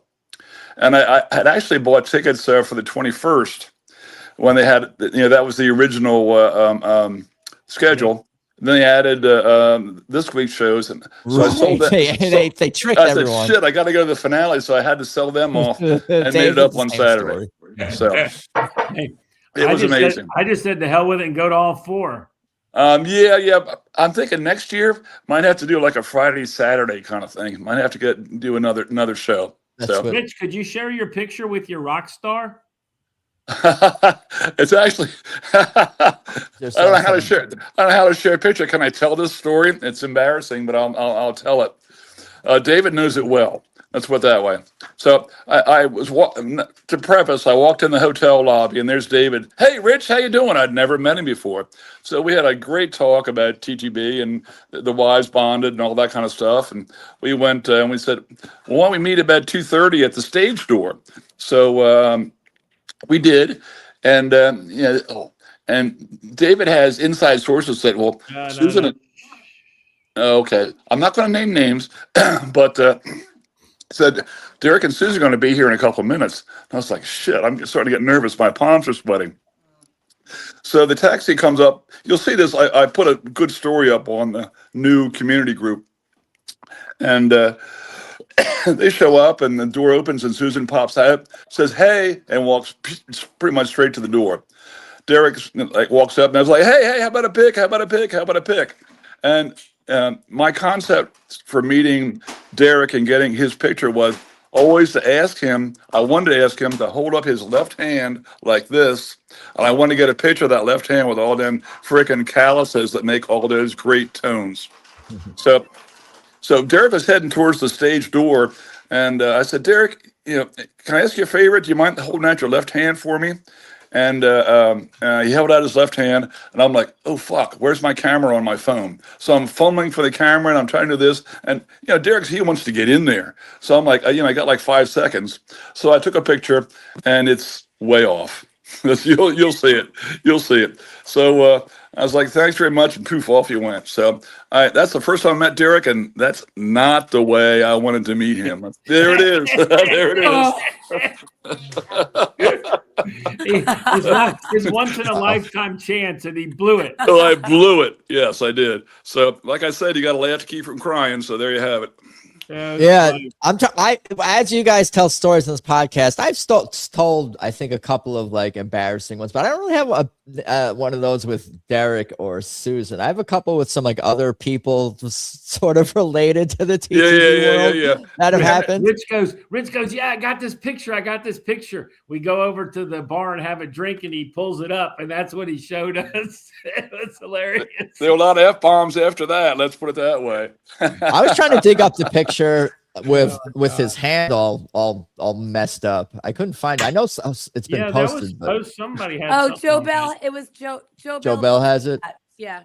I'll see if I that was funny, Rich. That was funny. I told you share that grossness. but Rich, I talked very nicely about you. Well, We had a great afternoon. It was We a lot of fun. we did, and hey, I hate to blow shit like that. That just really kind of makes me just like feel old and useless and disgusting. But hey, I'll get another chance. That's my attitude right now. So let's put it that way. I And think if I the story, you got the story out of it. I mean, it's a good story. I mean, I asked like Ken did today, David. Hey, Derek, you got 10 seconds? And that way you can at least get a few words in, because you're always thinking that he just wants to get the hell out of there and go to work. And that was my feeling. So, but it was a great show. First half I liked. I'm learning to be a future soul fan. Couple songs I like, Hero, and It takes you longer. You've been on this show before. You'll be back on for recapping a show in the summer, and you're going to tell me XYZ is my favorite song, and I love it all these songs. So I know you. I'm on to you. I am worried that this. I like the concept. TTB is always going in different directions, but I just don't want them to go too commercial. I don't want them to be a 4-minute song, top 40 radio or commercial rock station kind of band. Well, I think they'll extend those. Last night, for the first time, they did extend a few of the songs from the few album. of them, yeah. Not by any crazy length, but it's like a 42-minute album, and I think you were at like 45 minutes by the time Crazy Crying was played. So, I thought it was faster. When I was listening to it, I'm like, it's over already. It felt. I was looking at the watch, like we're about at the hour mark. Are we getting one more song? He'll stretch some of those out as time goes on, and the solos. He stretches them. The tempo might be faster, but they're stretched. Yeah. I will say I'm not a big fan of the new management. I'm not getting a good vibe from them, but that's what they want to do. So they have, like David said yesterday. I mean, Derek's really freaking smart. So I mean, he's not going to go, anything that's going to be too one way or the other. Can I say that?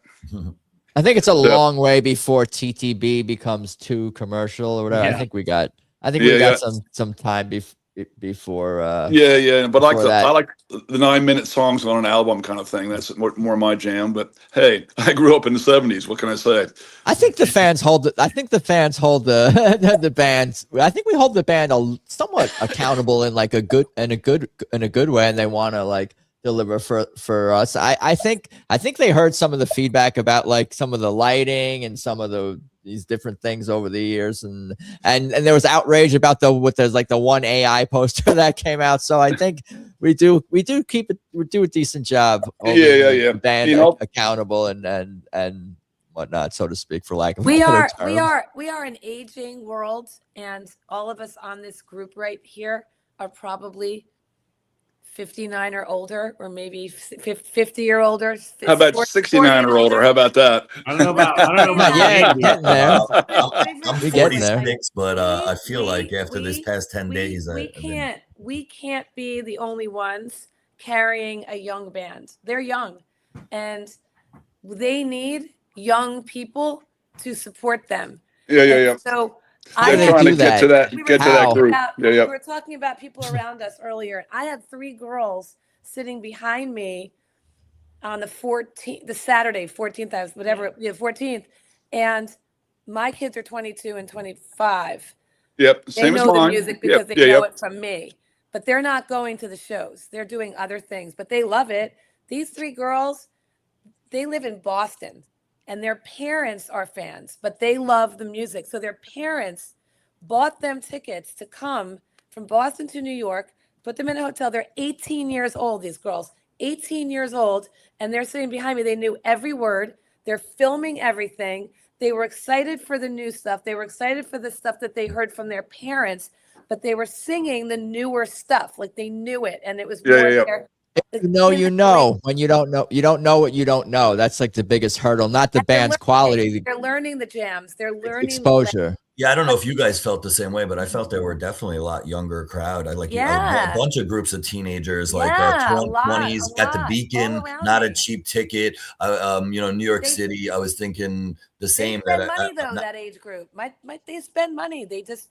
That's like $200 for them to buy a ticket. Is nothing. You look at Harry Styles. You look at those bands. Their of course. Yeah. They're paying bank for those tickets. $200 for them is like, that's nothing. They don't care. Right, I do, because I'm so focused on TTB, I'm not as aware necessarily what everyone else is charging, but I know it's a lot. I know it's almost usually more than TTB. Some of the acts, my sister, my parents go see and whatnot. Which is why when anyone ever complains, it's like when you could still see your favorite band for $500 in the first 5 rows. Like if your favorite band was a pop artist, you'd be paying $5,000. I mean, it's not that anyone wants to pay more money, and I understand what Rich is saying a lot. I've been a fan for a while with like just different direction. But to that point, I guess management is doing a good job, right? Because they're getting the music in the hands of younger people. And that is going to be the people that keep the music alive, because the older people are going to not be around forever to support Tedeschi Trucks Band. You know? I wonder what you can. I was gonna say, I wonder what you can. I was gonna say, I wonder if what you can credit that to. Is it the album art? Is it the shorter songs? Is it some kind of it's a culmination of all this. That lighting was the lighting from these shows or these shows, and those screens in the back were great. Those screens, they were phenomenal. This show, they were amazing. They're a rock and roll band. This is a rock and roll band. This is your favorite band, as Randy said, and I was going to say that this is a legendary band with virtuosity throughout. There's history. They're a party band. They're the best party band. They're the best bar band. If you could get them to be at your wedding, at your bar mitzvah, if you could afford them, this is the band you want to play. 350 or whatever it is these days for a party. Yep. I was going to say, I was thinking last night, how many of these people, not kids, but people were alive when Whipping Post came out. Right. You know, and they love it. Now they know it. They know these songs. When you know, you know. We got a birthday here coming up for Wendy in the chat there. I will be 80 on Earth Day. I don't believe it. Wow, happy birthday! It's all about the music, says Afro Blue Sky Dog. If you expose the younger folks to good music, they'll seek it out. Yeah. No, I think there's someone's got to share it with you, like. Yeah. And we all take pride, I think, in being like missionaries for this band. Did you see Gabe's post? Don't give the public too much credit, okay, for getting the music scene right. Don't give Johnny and Jane public a whole lot of credit for knowing good music when it hits them in the face. All right, they listen to whatever it is, and I see the band as a rock band, a soul band, jazz band, blues band. I mean, you name it. They're Indian. I mean, they're all over. But I'd be hard pressed to find another 12-piece ensemble that could, for lack of a better term, carry their jock strap. No. There's nothing comparable. No. So someone was saying to pull up Gabe's post was awesome, and at the end he kind of alluded to like he's going to do his part, and now it's everyone's got to kind of do theirs. I can read this. I'll read it quickly, y'all. I don't even know where to begin talking about this month. It's overwhelming. 10 shows at the Beacon Theater with Tedeschi Trucks Band. A new album launch and so many unique shows with so many special guests. I don't have the organizational skills or the time or social media prowess to compile a worthwhile montage or story of this month. So instead, I will just post this pic with me and JMO from tonight, plus a wall of set lists. JMO sat in with us for the entire second set of this and the 10th and final night of the run. I'm so grateful for the chance to get to jam with every member of this phenomenal band, plus Cindy Lauper and Warren Haynes and Luther and Cody Dickinson and James, how you say that? Genus? Yes. And Jerry Garcia's Tiger, the guitar, of course. Nels Klein and Nico. And Julian and that's Nico. Just say Nico. We know. Nico and Julian and James. You can see the post here if you're for the watchers there. James Austin Johnson. It was the most amazing run of shows I have experienced with this band. And I can't imagine a better way to kick off this year. I sincerely hope that your and my collective future has much soul in it. I will do my part to keep real music alive. Much love to all of you who listen to music, and much compassion and solidarity to all of you who are creating and playing it. It is truly a sacred endeavor. That's so well written. Such a sweet, kind, amazing. Yeah, for somebody that's bad at doing that, he did a pretty good job. I'm not going to do this amazing summary, but no, yeah. He couldn't summarize it all. Yeah, like I mean, that's why I'm here, because I'm at a loss for words, but still trying to. But doesn't that just go to everything right there? Okay. Gabe comes in, who's again a virtuoso at what he does, but look at him as a person, right? He's got to check all the boxes, right? To fit in there. And boom. And he's taking over a big seat. Right. And then he adds songwriting, he adds vocals, and he's just another class guy. And the guys that play in his band are class people. I mean, again, you just surround yourself with more good people. And it just, you know, I mean, talking about, you know, Emmanuel. I mean, it's just like, it's, you know, somebody goes down in whatever fashion it is, and you're like, oh man, here's a hole, and it just grows. You know, they're all plant a new seed, and that sprouts, and it's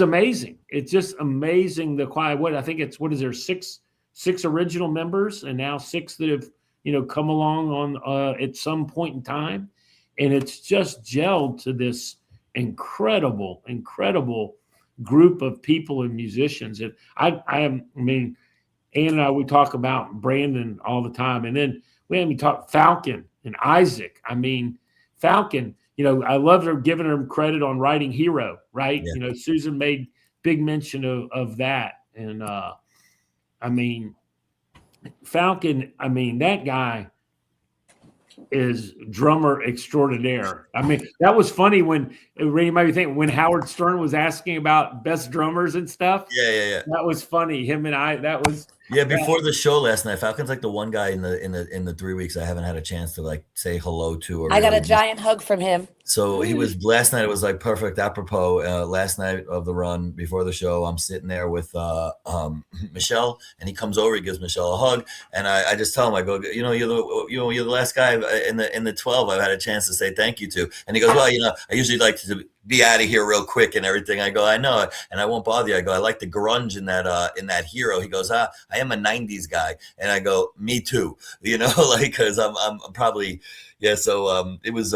He's again super nice, approachable, just great song. Loved it live. I like it live well better than before. Like I'd heard it on the you know, because it really rocks in a concert. It's loud.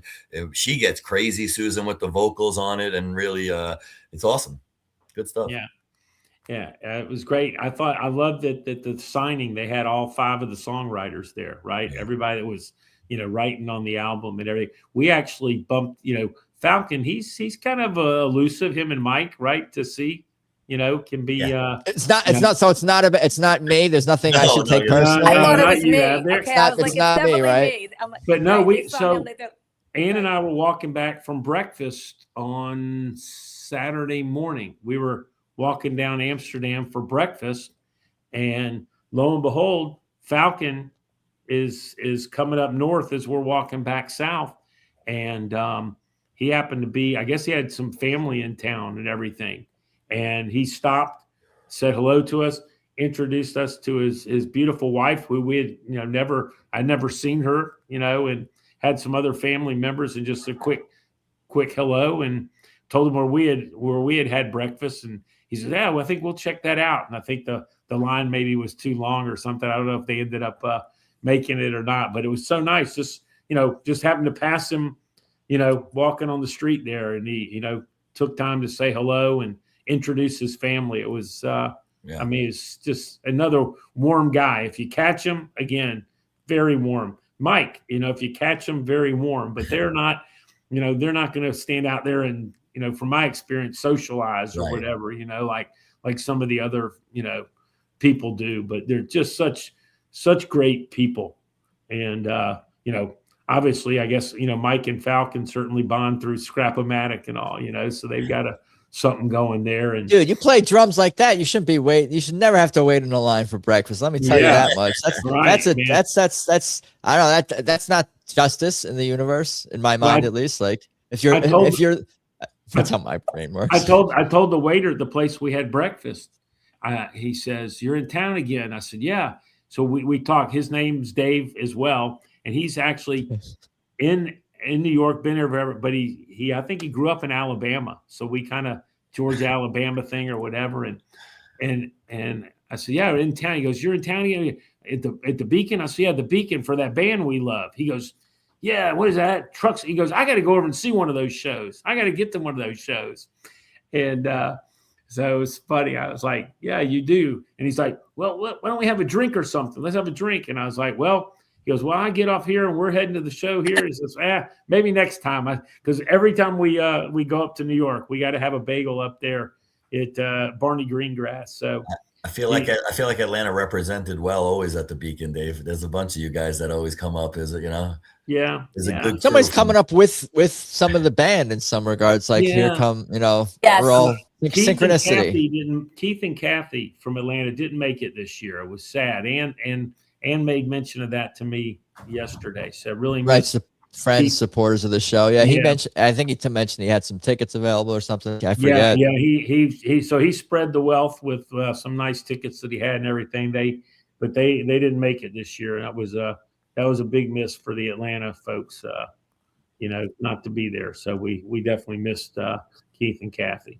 Keith was live posting and updating in one of the Facebook groups the set list during one or both of the Nug shows. So I could totally relate to that as like doing whatever you can online to help, make you, relive or just whatever, feel like you're there.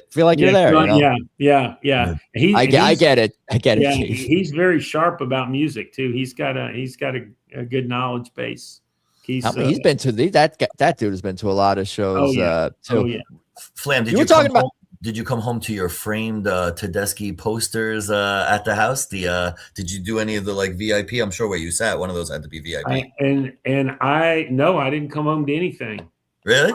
I don't know. I filled out the thing. Yeah, it'll come. But I don't know if I did it right or not. I'm sure you did. I got home from the shows and I can't even get into my house because there's like they gave to the VIP like I think online maybe people have seen it. It's like 10 shows at the Beacon. It's basically a poster, but it's framed and matted. And if you got them with like the VIP tickets, Really? So if you sat in like the really close seats and paid all the extra money, last year they were giving out like coasters in a bag and this year it was and they know a lot of people travel, so they sent them to their houses instead of having people leave the Beacon with, Dave, imagine you traveling with 4 posters on the flight. So that's me, and I think the guy on the left. The guy on the right happens to be me. My left or your I know left? the guy on the right. Who's the guy on the left? That's what I want to know. Yeah, that was I got Reppin' Reed side. We didn't come any posters though. I'm not. Yeah.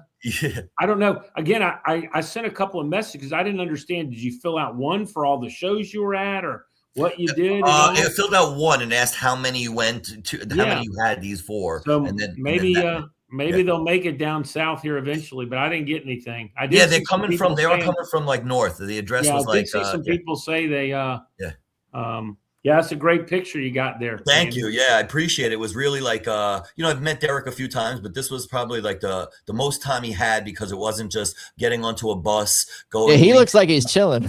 He was. It was it was like this little after party after Wednesday show, and I was just hanging with the band. They were all across the street at the Owl's Tail, and I was just outside, and different band members were just kind of coming outside to get fresh air, and I just figured it was warm in there. I just stay outside, and I just started bullshitting with everybody that would come out. And I was talking to Isaac, and Derek walked over to me, and then I Randy had a little kiosk dispensary outside, so when the band members came out, he was probably able to service them. I was trying to offer the help I could to whomever wants to partake and to give. You were talking about giving back. That's how I could help. Weed side, Woodside. Yeah, Derek, for the audio listeners, I will get out an audio version of this as well on Spotify, Apple Podcasts, all that. Derek's holding a shot glass, presumably. Bourbon there of some sort, huh? Yeah, for sure. It was APW. It's APW. Vast pocket. Yeah. And what was the hoodie again? That's the jacket you guys were talking about earlier. Yeah, that's the Coltrane on it. The Coltrane jacket. Yeah. Both wearing beanies. Yeah, if you were listening on audio, you may want to check out the YouTube version for whatever else I haven't described to you guys during this episode. I'll tell you, as fans, it was cold. Yeah, At least, especially us from the South, it was cold up there. It was cold. Yeah. I was watching the Mets game, and the broadcasters, Keith and Gary and Ron, were mentioning and it was cold, and they were wearing some hats or whatever. He's such a super cool dude. So I was talking to him about like everything but music. Like he wants to talk about like his buddy's son, who's a good pitcher at NYU, who throws gas. And I'm like, this is the greatest living guitarist in the world. And he wants to talk about this 19-year-old kid that's at NYU who's pitching. And I'm like, yeah, listen, that's cool. And he doesn't want to talk about himself. He's certainly not there to be lauded. Interviewed. Yeah. And the hoops were going on, NCAA, and baseball is just starting. And it was fun having a little bit of a conversation with one of your heroes, who, like I said, happens to be an even better person than maybe a guitarist, which is really awesome, because they are our heroes. And I think it just makes, the travel. Dave just flew back to Atlanta today. I've been spending a lot of my time, and when they are good people, it's so much easier to spend your money on tickets. It's so much easier to just not feel like you're being taken for a ride here by this money hungry band that, tickets are a few bucks higher. And I always equate it to, me giving a 20 spot to every 12 members of the band, and that's my $240 ticket. And I think they're worth $20 a piece on any given night. I was gonna say, I feel like we all love this band. We always feel like we want to do more for them and want to go to obviously more shows, but it's always like, oh, I should post this one more thing. I should share this. Make sure I share everything that they post. Make sure I get to as many shows as I can. Make sure I support, at least some of the causes that they support. Like, there's. And I don't know if you can never do enough or not, but would Dave have flown in twice now? If the music was great, and obviously we all know the music's great, but if they were a little bit of assholes, or if they were would we be on a podcast right now? Would we be doing a lot of things that we really do? Because it's not just the music at this point; it's the music. It's part of our lives. It's like my mantra to a lot of things I do, without sounding too, crazy. But it's like we plan family vacations around their schedule. We plan. People think I'm crazy. I'm like, you're in the right place. You're in a safe space. No, I'm like, I plan my vacations around. I'm like, well, where do I want to go? Where are they playing? And then I look, and I'm like, all right, fit things in. Because I'm like, well, oh yeah. If I'm going to travel, then at least I know that at night I have a really great plan. And then during the day, I'll do whatever people do when they come to the city. I'll just go do it somewhere else. I'm like, yeah. I need a montage of people telling that type of. Yeah. I know. I want to take my family to Europe the next time they do that. And, possibly Japan at some point, and give me a reason to go to some of the places that I would want to go. And music at night will probably be pretty decent. They do make you want, and then someone wrote before, as far as how respectful they are. I've learned more about music by being into Tedeschi Trucks Band than any other band I've ever listened to, following other covers, seeing the originals of the covers that they play, beyond anything I thought I would be into at this part of my life, seeking out originals because of them. And, it's really remarkable. Well, who thought them covering Ohio would lead you to the Isley Brothers, right? Yeah. Right. Again, it's like, and honestly, Flamm, I never heard that version before. Right, And Brandon said to me early on, because I said to him, I go, what a great version of Ohio. He goes, I never heard the Isley Brothers. I said, no. He goes, I mean, that's where it's clearly inspired from there. And I go, no, I never heard it. So yeah, of course I went back that night. Alexa, play Isley Brothers. Right. They open you to a lot of different, music and stuff that's out there. And I think it's cool is they don't necessarily do the popular version of a song, right? They'll get Heartbreaker from the Stones, they're not doing 1999. Deep cuts. They'll do deeper cuts or not the most popular version, like you're saying, or a cover of a cover. Cover of a cover. Yeah, exactly. They just kind of roll it. Of course, they do better than any of them. I am going to take my dog for a little. Oh, thank you. Nice meeting you, Michelle. Much. It was cheers. Great. We'll talk more. We'll talk more for sure. Get you back on again. Recap more shows. I'm guessing you're going to more. What's that? Michelle. Looking forward to the next time. Oh, you too. Cheers. Thank you again. Bye. And Susan was just so happy with Cyndi Lauper last night. They were like giddy up there together. It was I never had seen that, like, kind of I know they were close, but it was really like man, super close friendship from what I heard. And I don't know if it got tighter during the Hall of Fame, if it was always amazing. I don't know the backstory on like Susan's longevity with Cyndi, but you could feel the energy in that place last night. And different than the last time she played with them a week ago, like with a little help from my friends, was very much like the Hall of Fame performance. Really, really cool. Really cool. I was going to say that when we were talking about Gabe earlier and him, I want to just like speak to like the professionalism of the band, but also like I see them and I think of them as like musicians. Like they're the musicians that other musicians are going to respect a lot, and because of their talent, but also because of their dedication, like and their reliability, like for largely this band, like they're stand-up people who can be relied on to be part of this 12-piece 11-piece then 12-piece band with so many like moving parts and things going on. It takes people of certain characters and character to make that work, and I think that's a wonderful thing. For sure. Wasn't there an interview or something that they did recently where Susan was talking about kind of their relationship with Cyndi? I didn't see that, but I thought there was. Yeah, maybe I mean, I know I sleep, eat, and drink this, so who knows what's real and what's make believe. But I thought I heard something where they did get some kind of connection through it. I thought I heard in the interview, Derek said that Cyndi had them over to her place for dinner or something. So I think they have there's been some kind of bonding. And people want to play with Derek and Susan. Who would not? The band at one point, like early on beforehand, like she had come and seen them and hadn't sat in, but had come and seen, just like again, something like we had talked about a long time ago, Adam. What's her name sat in Nashville? The mother and the daughters, Judd came in and sat in Wynonna Judd. Wynonna sat in. And the funny thing is that afternoon I had run into Falcon. He goes, boy, we have a guest coming on tonight. And I am so excited.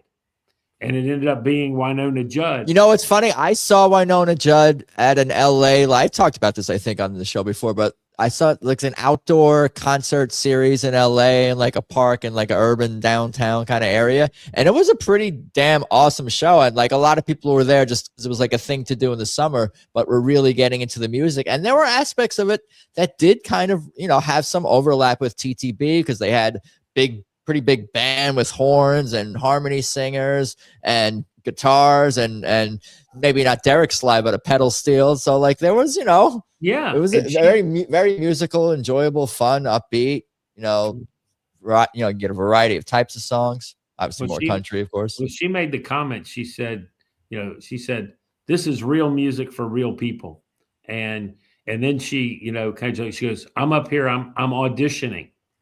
And she always, and they ended up, she actually sang and shared Bound for Glory with Susan. I mean, it's crazy, I mean, so, like you said, musicians, the people that know true artistry and what's out if we're picking up on it, like the professionals are certainly picking up on these things we're talking about. Well, I mean, I didn't know the fella, the jazz guitarist that sat in. I had never heard of him, but obviously he's heard of them. And hey, I'd like to trade a few licks, with Derek or whatever. So again, it just seems like other people are, whether they're seeking them out. And again, I'd think to Warren, like, obviously they're brothers, but for him to fly in the day of and come and close it out and just make it, I mean, it couldn't have been more special. It was really fitting, obviously, right? It really was. With J-Mo, it's going to make.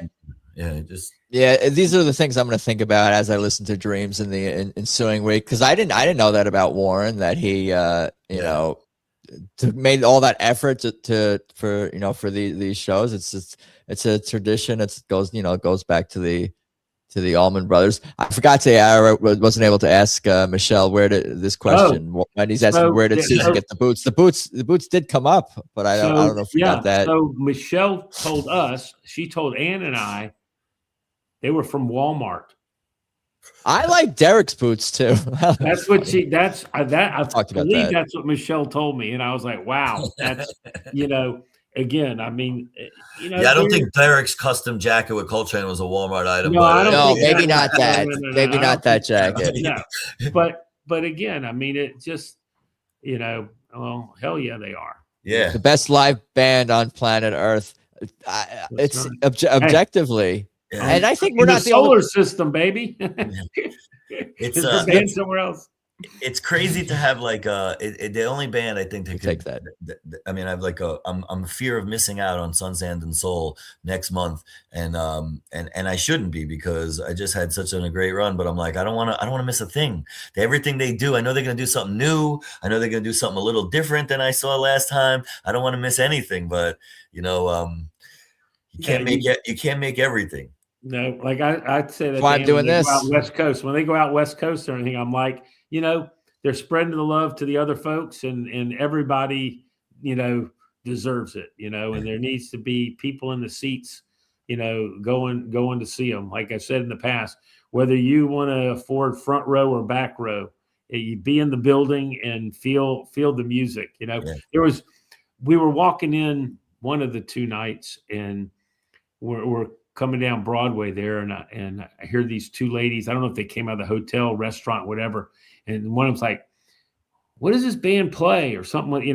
They had no idea what they were going to. They had no idea what they were going to. And I was just like, "Boy, is your life going to change in the next 3 hours?" I was like, they had no idea what they were going to. And then you live in a crazy world where I had somebody in like the second row on Friday night Wednesday night watch the whole opener, spend about 3 songs of TDB, and then left, grabbed his bag and end jacket. And I said to myself, at first I was like appalled. And then I was like, there's just a lot more room for me over here now with the extra seat. But I guess there's always going to be somebody who it's not their cup of tea, but clearly not the majority of the 2,000 in the Beacon that this run. No, it was incredible. Energy was great in the room, and Susan acknowledged that, right? Yeah. She said it's the best crowd, the best crowds. She said it really was, and I hate, like, I don't ever want to be like the homer, but I see them all over the country, and for indoor purposes there's no better place. Like, I feel like there's never the sit stand issue at the Beacon. There's just not a lot of like, so then therefore there's just like not a lot of altercation. Everyone's getting along a little easier. I don't know if it's the mind your own business New York mentality, but it's definitely a little different than in other places that You're getting a lot of hardcore fans, I think, who are traveling to it, and a lot of you guys know each other already, and everyone's a degree of separation apart. So to me, it feels like one of those family and friends type shows. I mean, you guys could speak to this more than me, but it has, sort of that family and friends vibe that Atlanta or St. Augustine or Sun, Sand, and Soul or Red Rocks or, one of these quintessential TTB destination shows. You get that a little bit of a different feel, huh? For Ann and I, it feels, for living in Atlanta, it feels like home. When we walk into the Beacon, we're like, this is where we're supposed to be. And as I went back over it, thanks to TT Bass, and looked at my numbers, actually, I've seen them at the Beacon more than anywhere else, Yeah. And I what is it, 70, whatever? 4. What is it, 70? And we've actually seen 26 of the 74 living in Atlanta. I think that's pretty impressive for making the trek up there 26 times. I would say the Ryman is a little below it now because they don't play there anymore. But the Ryman and the Beacon are our two favorite, in that and the Fox in Atlanta. Those are our 3 favorites. I've seen them indoors. Those are our 3 that we love to see them. And right now, the Fox and the Ryman seemed to be a little bit off the list. So Yeah. we'll be back. We'll be back at the Beacon next year. You tell me when the run is. Well, you got to go back out to Chicago, Flamm. That's where I met you. I think we're going to do that. We're going to Yeah. do that. But what do they do next year? Are they going to do another 10-night run at the Beacon? I mean, what are they going to do? I think of how do you go back? How do you go back from this here? This is just a guess, but based on how much fun they've had, and then obviously I think it was pretty lucrative. I think they definitely do something very similar. I don't know if it's 10 nights, but 8. It's going to be a long run over a course of a few weeks, I think. And I think that's going to just kind of be regularity. I think, we said it starts with the band. They feel like the Beacon's home, and all the artists, none of them are from New York really at this point, right? And they all love New York City. Obviously, they love the time up there, and the accommodations are great for the band, and they got some time to hang out in a really fun city. And now they'll be bouncing around a lot shorter trips, 2 days here, 3 days there, and that's exhausting. That's taxing. Yeah, you're on the bus and all that. Yeah, maybe they do 3 weekends and 2 Wednesdays. Yeah, 8 shows, right? Someone in the crew told me that 3 weeks on the road feels like 6 weeks at the Beacon because of how much they have to move around. Yeah, I believe it. Yeah, that's exactly what I was going to say, and we've kind of talking about it earlier, and then just bringing it up again, that like how the nature of the residency itself might and probably does have an effect on the band's mood, their performance, and obviously we love the band. Like every show is going to be awesome, but it's easier for them, and if things are easier for them logistically, it's going to be better for their health, their bodies, their minds, their souls. It's a lot. I think we're we're like, how does Kebbi and all these band members, they play these gigs after TTB late night? Where do they find the energy? But it is probably you find the energy when it's different traveling downtown in New York City. It has a different vibe than being on the bus traveling hour after hour after hour. So they find that energy. You get the adrenaline. They're passionate. I know I'm ready to sell the house in Long Island and just move into the city, and so I have a lot more music every day. I don't know if the kids will love that, but yeah, we were enamored with the 3 weeks.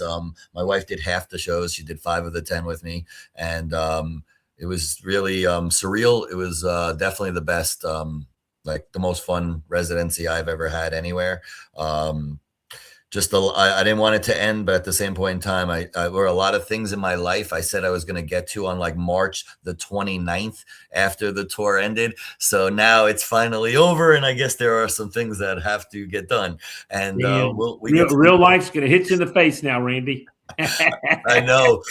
Monday, tomorrow, and I think Tuesday will be normal. It's the Wednesday of me not leaving work and driving to the Upper West Side is really going to when I'm start getting really blue. But how blue can you get? And we'll figure this thing out. Maybe the only reason I wasn't going to do Sun, Sand, and Soul is because it's such a pain in the neck for me to get to. And then when I couldn't sleep one of the days this week, juiced up from one of the shows, probably was Wednesday night. I happened to take a look. And there's a direct flight that they never had offered last year. That's super easy. And I'm like, super inexpensive. And I tell the wife, and she says, she's in Boston for work that week. So I don't think it's going to work. I know if she's in Boston, that means I should definitely run down and do my thing, right? I would say, honey, we'll miss you. Someone's got to take care of the littles, and she did a really good job of that. Behind the band, and then all the fans are the people that are at home, like allowing me to do 10 shows. It doesn't happen magically, and I thank my wife incredibly for being amazingly supportive, loving the band as much as I am. Just not doing 10 and being sufficient with 5. And it was just incredible, right, Dave? I mean, I could do this again in a few months from now. I tell you, just can't thank the band, the crew, everybody associated with it. It's like I said, as everybody said before, we're blessed to be alive to experience this band. Right? Yeah. We're at the right place at the right time. I didn't expect this. I didn't expect this in my life, because most of the music that I feel that I've liked has been throwback older music where it's never been like in the prime with the band when their albums are coming out. There's some of that, and artists I appreciate, but nothing like to the degree of like, you know, having an objective favorite band, objectively having like, this is my favorite band. I would be, if someone says, what's your favorite band? I'm like, I don't have a favorite band. They're like, oh, it's not Tedeschi Trucks. You're not, it's not this band. Okay. Yeah. You know, and I honestly, didn't like expect it. what band has like 13 years in and they're at their peak now? Like, yeah, I talked about that. I didn't think we'd get the quantity of music, because, you know, just it's hard to keep a, you know, there's a lot of moving parts and members of this band, and this might not be like everyone's things. favorite album, right? Like, and I think it's going to take a lot of time. I think, in all fairness, I've heard a lot of people like, you know, wondering if they love it or not yet. I think everyone will come around and love it, like all the other Tedeschi Truck stuff. But right now, it's like, they just released an album 13 years in, and it might not be everyone's favorite album, but they're playing the best music they've ever played in their lives. Like they're on top of their games musically. You know, Derek's, I think, better than ever. People are talking about Sue being even stronger on the guitar. Emmanuel is what I think he adds to the band, and you know, it's so really how fortunate are we that we get to see not only them, you know, gravitate and evolve, but they you know, they're playing the best music they've ever played in their lives, this deep into their careers. I think if you have a favorite Tedeschi Trucks band album, I think maybe it's a little bit more like nostalgia, or just you're just deciding to have a favorite album, because it's hard to, how can you I don't know, just for me, it's like what is my favorite Tedeschi Trucks band song? Come on, I mean, what kind of questions are these, you know? So It depends. I don't know. I think from conversations I've had, everyone, you know, loves the album, and you know, I'm, you know, love at first listen. Basically, I was, like I said, I was lucky enough to be at the Dolby Atmos LA listening event for the album, and that it hit different. Like just the I Got You and the singles that had came out at that point, like hit differently in that room, and it was just I love the album. I think it has a great pacing, to it. I'm already, you know, most of us are at the point probably where it's like you feel what next track is coming before it even like starts. I think this, like, the pacing of the album. I Am the Moon is my favorite. Yeah, no, I don't. You can't go wrong. If you whatever album that's your favorite, you know, I no get wrong answers here. No. No. Yeah, I think the new one is, you know, again, it's going to grow. For me, you know, the songs they were playing last year live became familiar, you know, and, you know, Crazy Crying and I Got You and, you know, right where I'm at right now, Devil Be Gone, just that groove to me really speaks to me. That's my favorite song on the album. Yeah, it really I is. love the recordings. I love the recordings of these songs, because in some ways the band, I feel like, can almost like spoil us with the live music, especially because so many of us get the opportunity to see it live, see it multiple times, so we know how awesome that is to experience Devil Be Gone like live. But I think they do their live playing justice in the studio, if that makes sense. Oh yeah, I agree. But some familiarity, you know, you've heard it a few times, you've seen it, you know. For a lot of us, the first time we heard it was live, right? Devil Be Gone and Future Soul, you know. I mean, I wasn't out. We were just hearing live, you know. He didn't really know what was that going to be like in the studio, you know. How was it going to be? And then the other songs we weren't exposed to. You know, sometimes it takes a little. I mean, heck, the Let Me Get By album, it took a little bit to grow. Some of I Am the Moon, you know, some spoke to you, you know, the first time you heard them. Others, you know, it might have been the fifth or the 10th time that it spoke to you. But I haven't found a song really that hasn't spoke to me, you know, no matter what the time frame is, right? And they shorter and everything, but it's like, and then last night, even like, so I've been to a lot of shows, and when I started realizing they were doing the album in reverse. At first, I'm like, I've heard so many songs a lot throughout these last 10 days. I would have preferred, of course, like never a repeat throughout the 10, right? But with that being said, they're 3.5 minute songs. So I'm like, we're still getting, even if they played just the only album and then one song at the end, because obviously they'll have time, you're going to get a 2 hour and 15 minute set, 2 hour set on the second set with nothing from the new album, because they'll have clearly just done that. Yeah. And that's basically, you know, obviously what they did. It was like 2 hour second set of a lot of TDB classics, most of the stuff that they've done during this run, all in one set, all the newer stuff. But yeah, you still get like you were saying before, Adam, you get a concert's worth of music in one set. Yeah, it's all good, all good. It was what a run. Congratulations to the band. You know, they did a great On the job. run, the album. You know, they did it all. They did I think it that all. was part of Good job. the specialness for them too, though. It was like was because of the album and how important that is. This group, this release, what's going on right now in their lives, and then of course they bring in all the like history to that, but the culmination of what they've been working on for the last several months and years studio wise, and this group of 12 members. So yeah, I think that has a lot to do with how much fun everybody had there.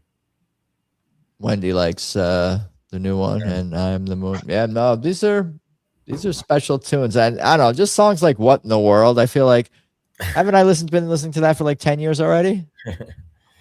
I feel like I have like memories to a song that's new, and I don't know. I'm not making any sense right now, but no, they're timeless, is what I'm saying. There's a timeless quality to this band, and they encapsulate all the music that we love in so many different genres and styles, and bring it all. What's the next show you're all going to be at? It's probably the West Coast, LA, maybe San Diego, maybe Santa Barbara. We'll see what else for me in the summer. What's next for you guys? Flamm's doing next month, right? Sun, Sand, and Soul. And I was going to say, Adam, you need to call John Davis. We need to get him on live again. Like I was going to say that, yeah. But that was Sun, Sand, and Soul, Yeah. or St. Augustine, or no, both? Sun, Sand, and Soul, and during the bonfire. Yeah. We I had was thinking about Ryan that. Murphy on. We had Nice. think somebody from the band got on live or Kebbi. whatever. Kebbi. Kebbi got on, and Yeah, I got it's like journalism, boots on the ground, man on the street, Yeah, that was fun. reporters. Yeah, I would like to do that. Maybe even on like Instagram or on Facebook, or I'll think about this more. Like I would love to get more. I'm down to do more casual stuff, but this is super helpful for me just to make.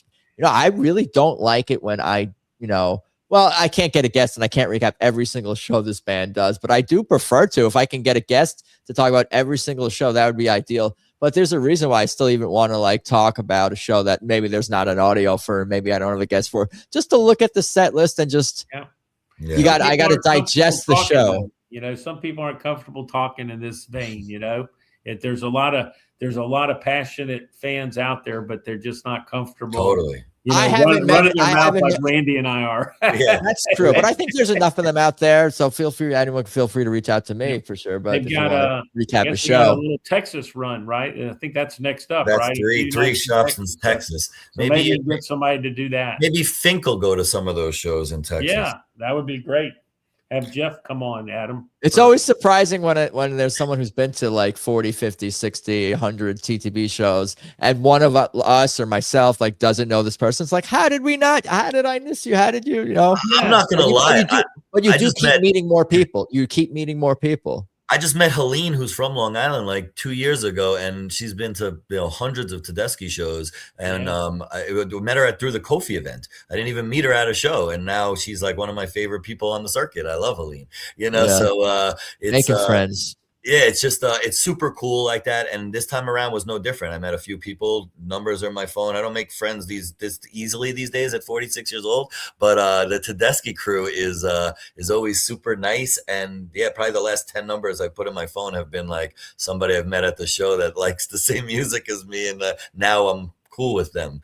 So it's super awesome. I gotta wait till August for my next Tedeschi show, and that's like giving me the shakes. But we'll get through that. for sure. We got the album, we got archive, we got YouTube, we got it all. Thank you guys so much. Anything else you want to cover or talk about? We were pretty thorough. I think we covered a lot. You guys are all here. Adam, thank you for everything, Adam. Seriously, Adam, thank you for the glue that keeps all this together, man. We need you as our fearless leader on this side of the fence, man. I felt like this was just very easy because you guys just keep going and just keep talking, but everything is such an interesting, important, meaningful story, statement, anecdote, talking about the music, talking about the fandom, all this. So I enjoy just sitting back and absorbing, and again, it's like so I can live vicariously through everyone who goes to show. Oh, we got quick questions. This did come up. Who's Catherine? It's actually Catherine with a Y. I think for the lyrics. That's from I got you. That's from Hero. Hero, Yeah, right? So Catherine doesn't want to live here anymore. Was this the Hero lyric? So I don't know. Did Falcon write the lyrics or the music or both, or who wrote those lyrics? Yeah, that was a question I had. Who's Catherine from the lyrics, and also I don't know if you I can't believe we I guess we don't know, we didn't hear, but like whose idea was it to do the album backwards? Where did that? Oh, that's Derek. No, 100%. 100%. That's Derek. But what? In my belief, I would if I had to. If I had to bet $5 on it, I would say it was Derek's idea. Let's do it backwards. Probably. Know. Yeah. And then it's one of those things like they didn't overthink. They're just like, okay. Yeah. Let's leave this place forever, even if ever means never, never, never. Catherine hates this place. I've never felt better. I've never felt better. Those are the words. I don't know. We'll have to find out. Yeah. Probably not a real person. Inspired by someone. Thank you, Mr. I'm sure you'll figure it out. Afro Blue Sky Dog. Awesome plan for just getting started. You got it. Wasted supporter in the description. Thank you guys again to the chat, to Randy, David, Michelle, Mr. Rich Barnard. Yeah, I think he said his battery went out or something. Yeah, he did. I think he messaged me. He kind of croaked on us there. Yeah. It's just the battery. Yeah, just the battery croak. Yeah. Hey, have a great night, and we'll see you guys soon. Oh, thank you to the band, the crew, the fans, everybody. It's been super fun. Get more recaps going, more content and everything. And we shall talk soon. Later, guys. Peace. Peace. Later.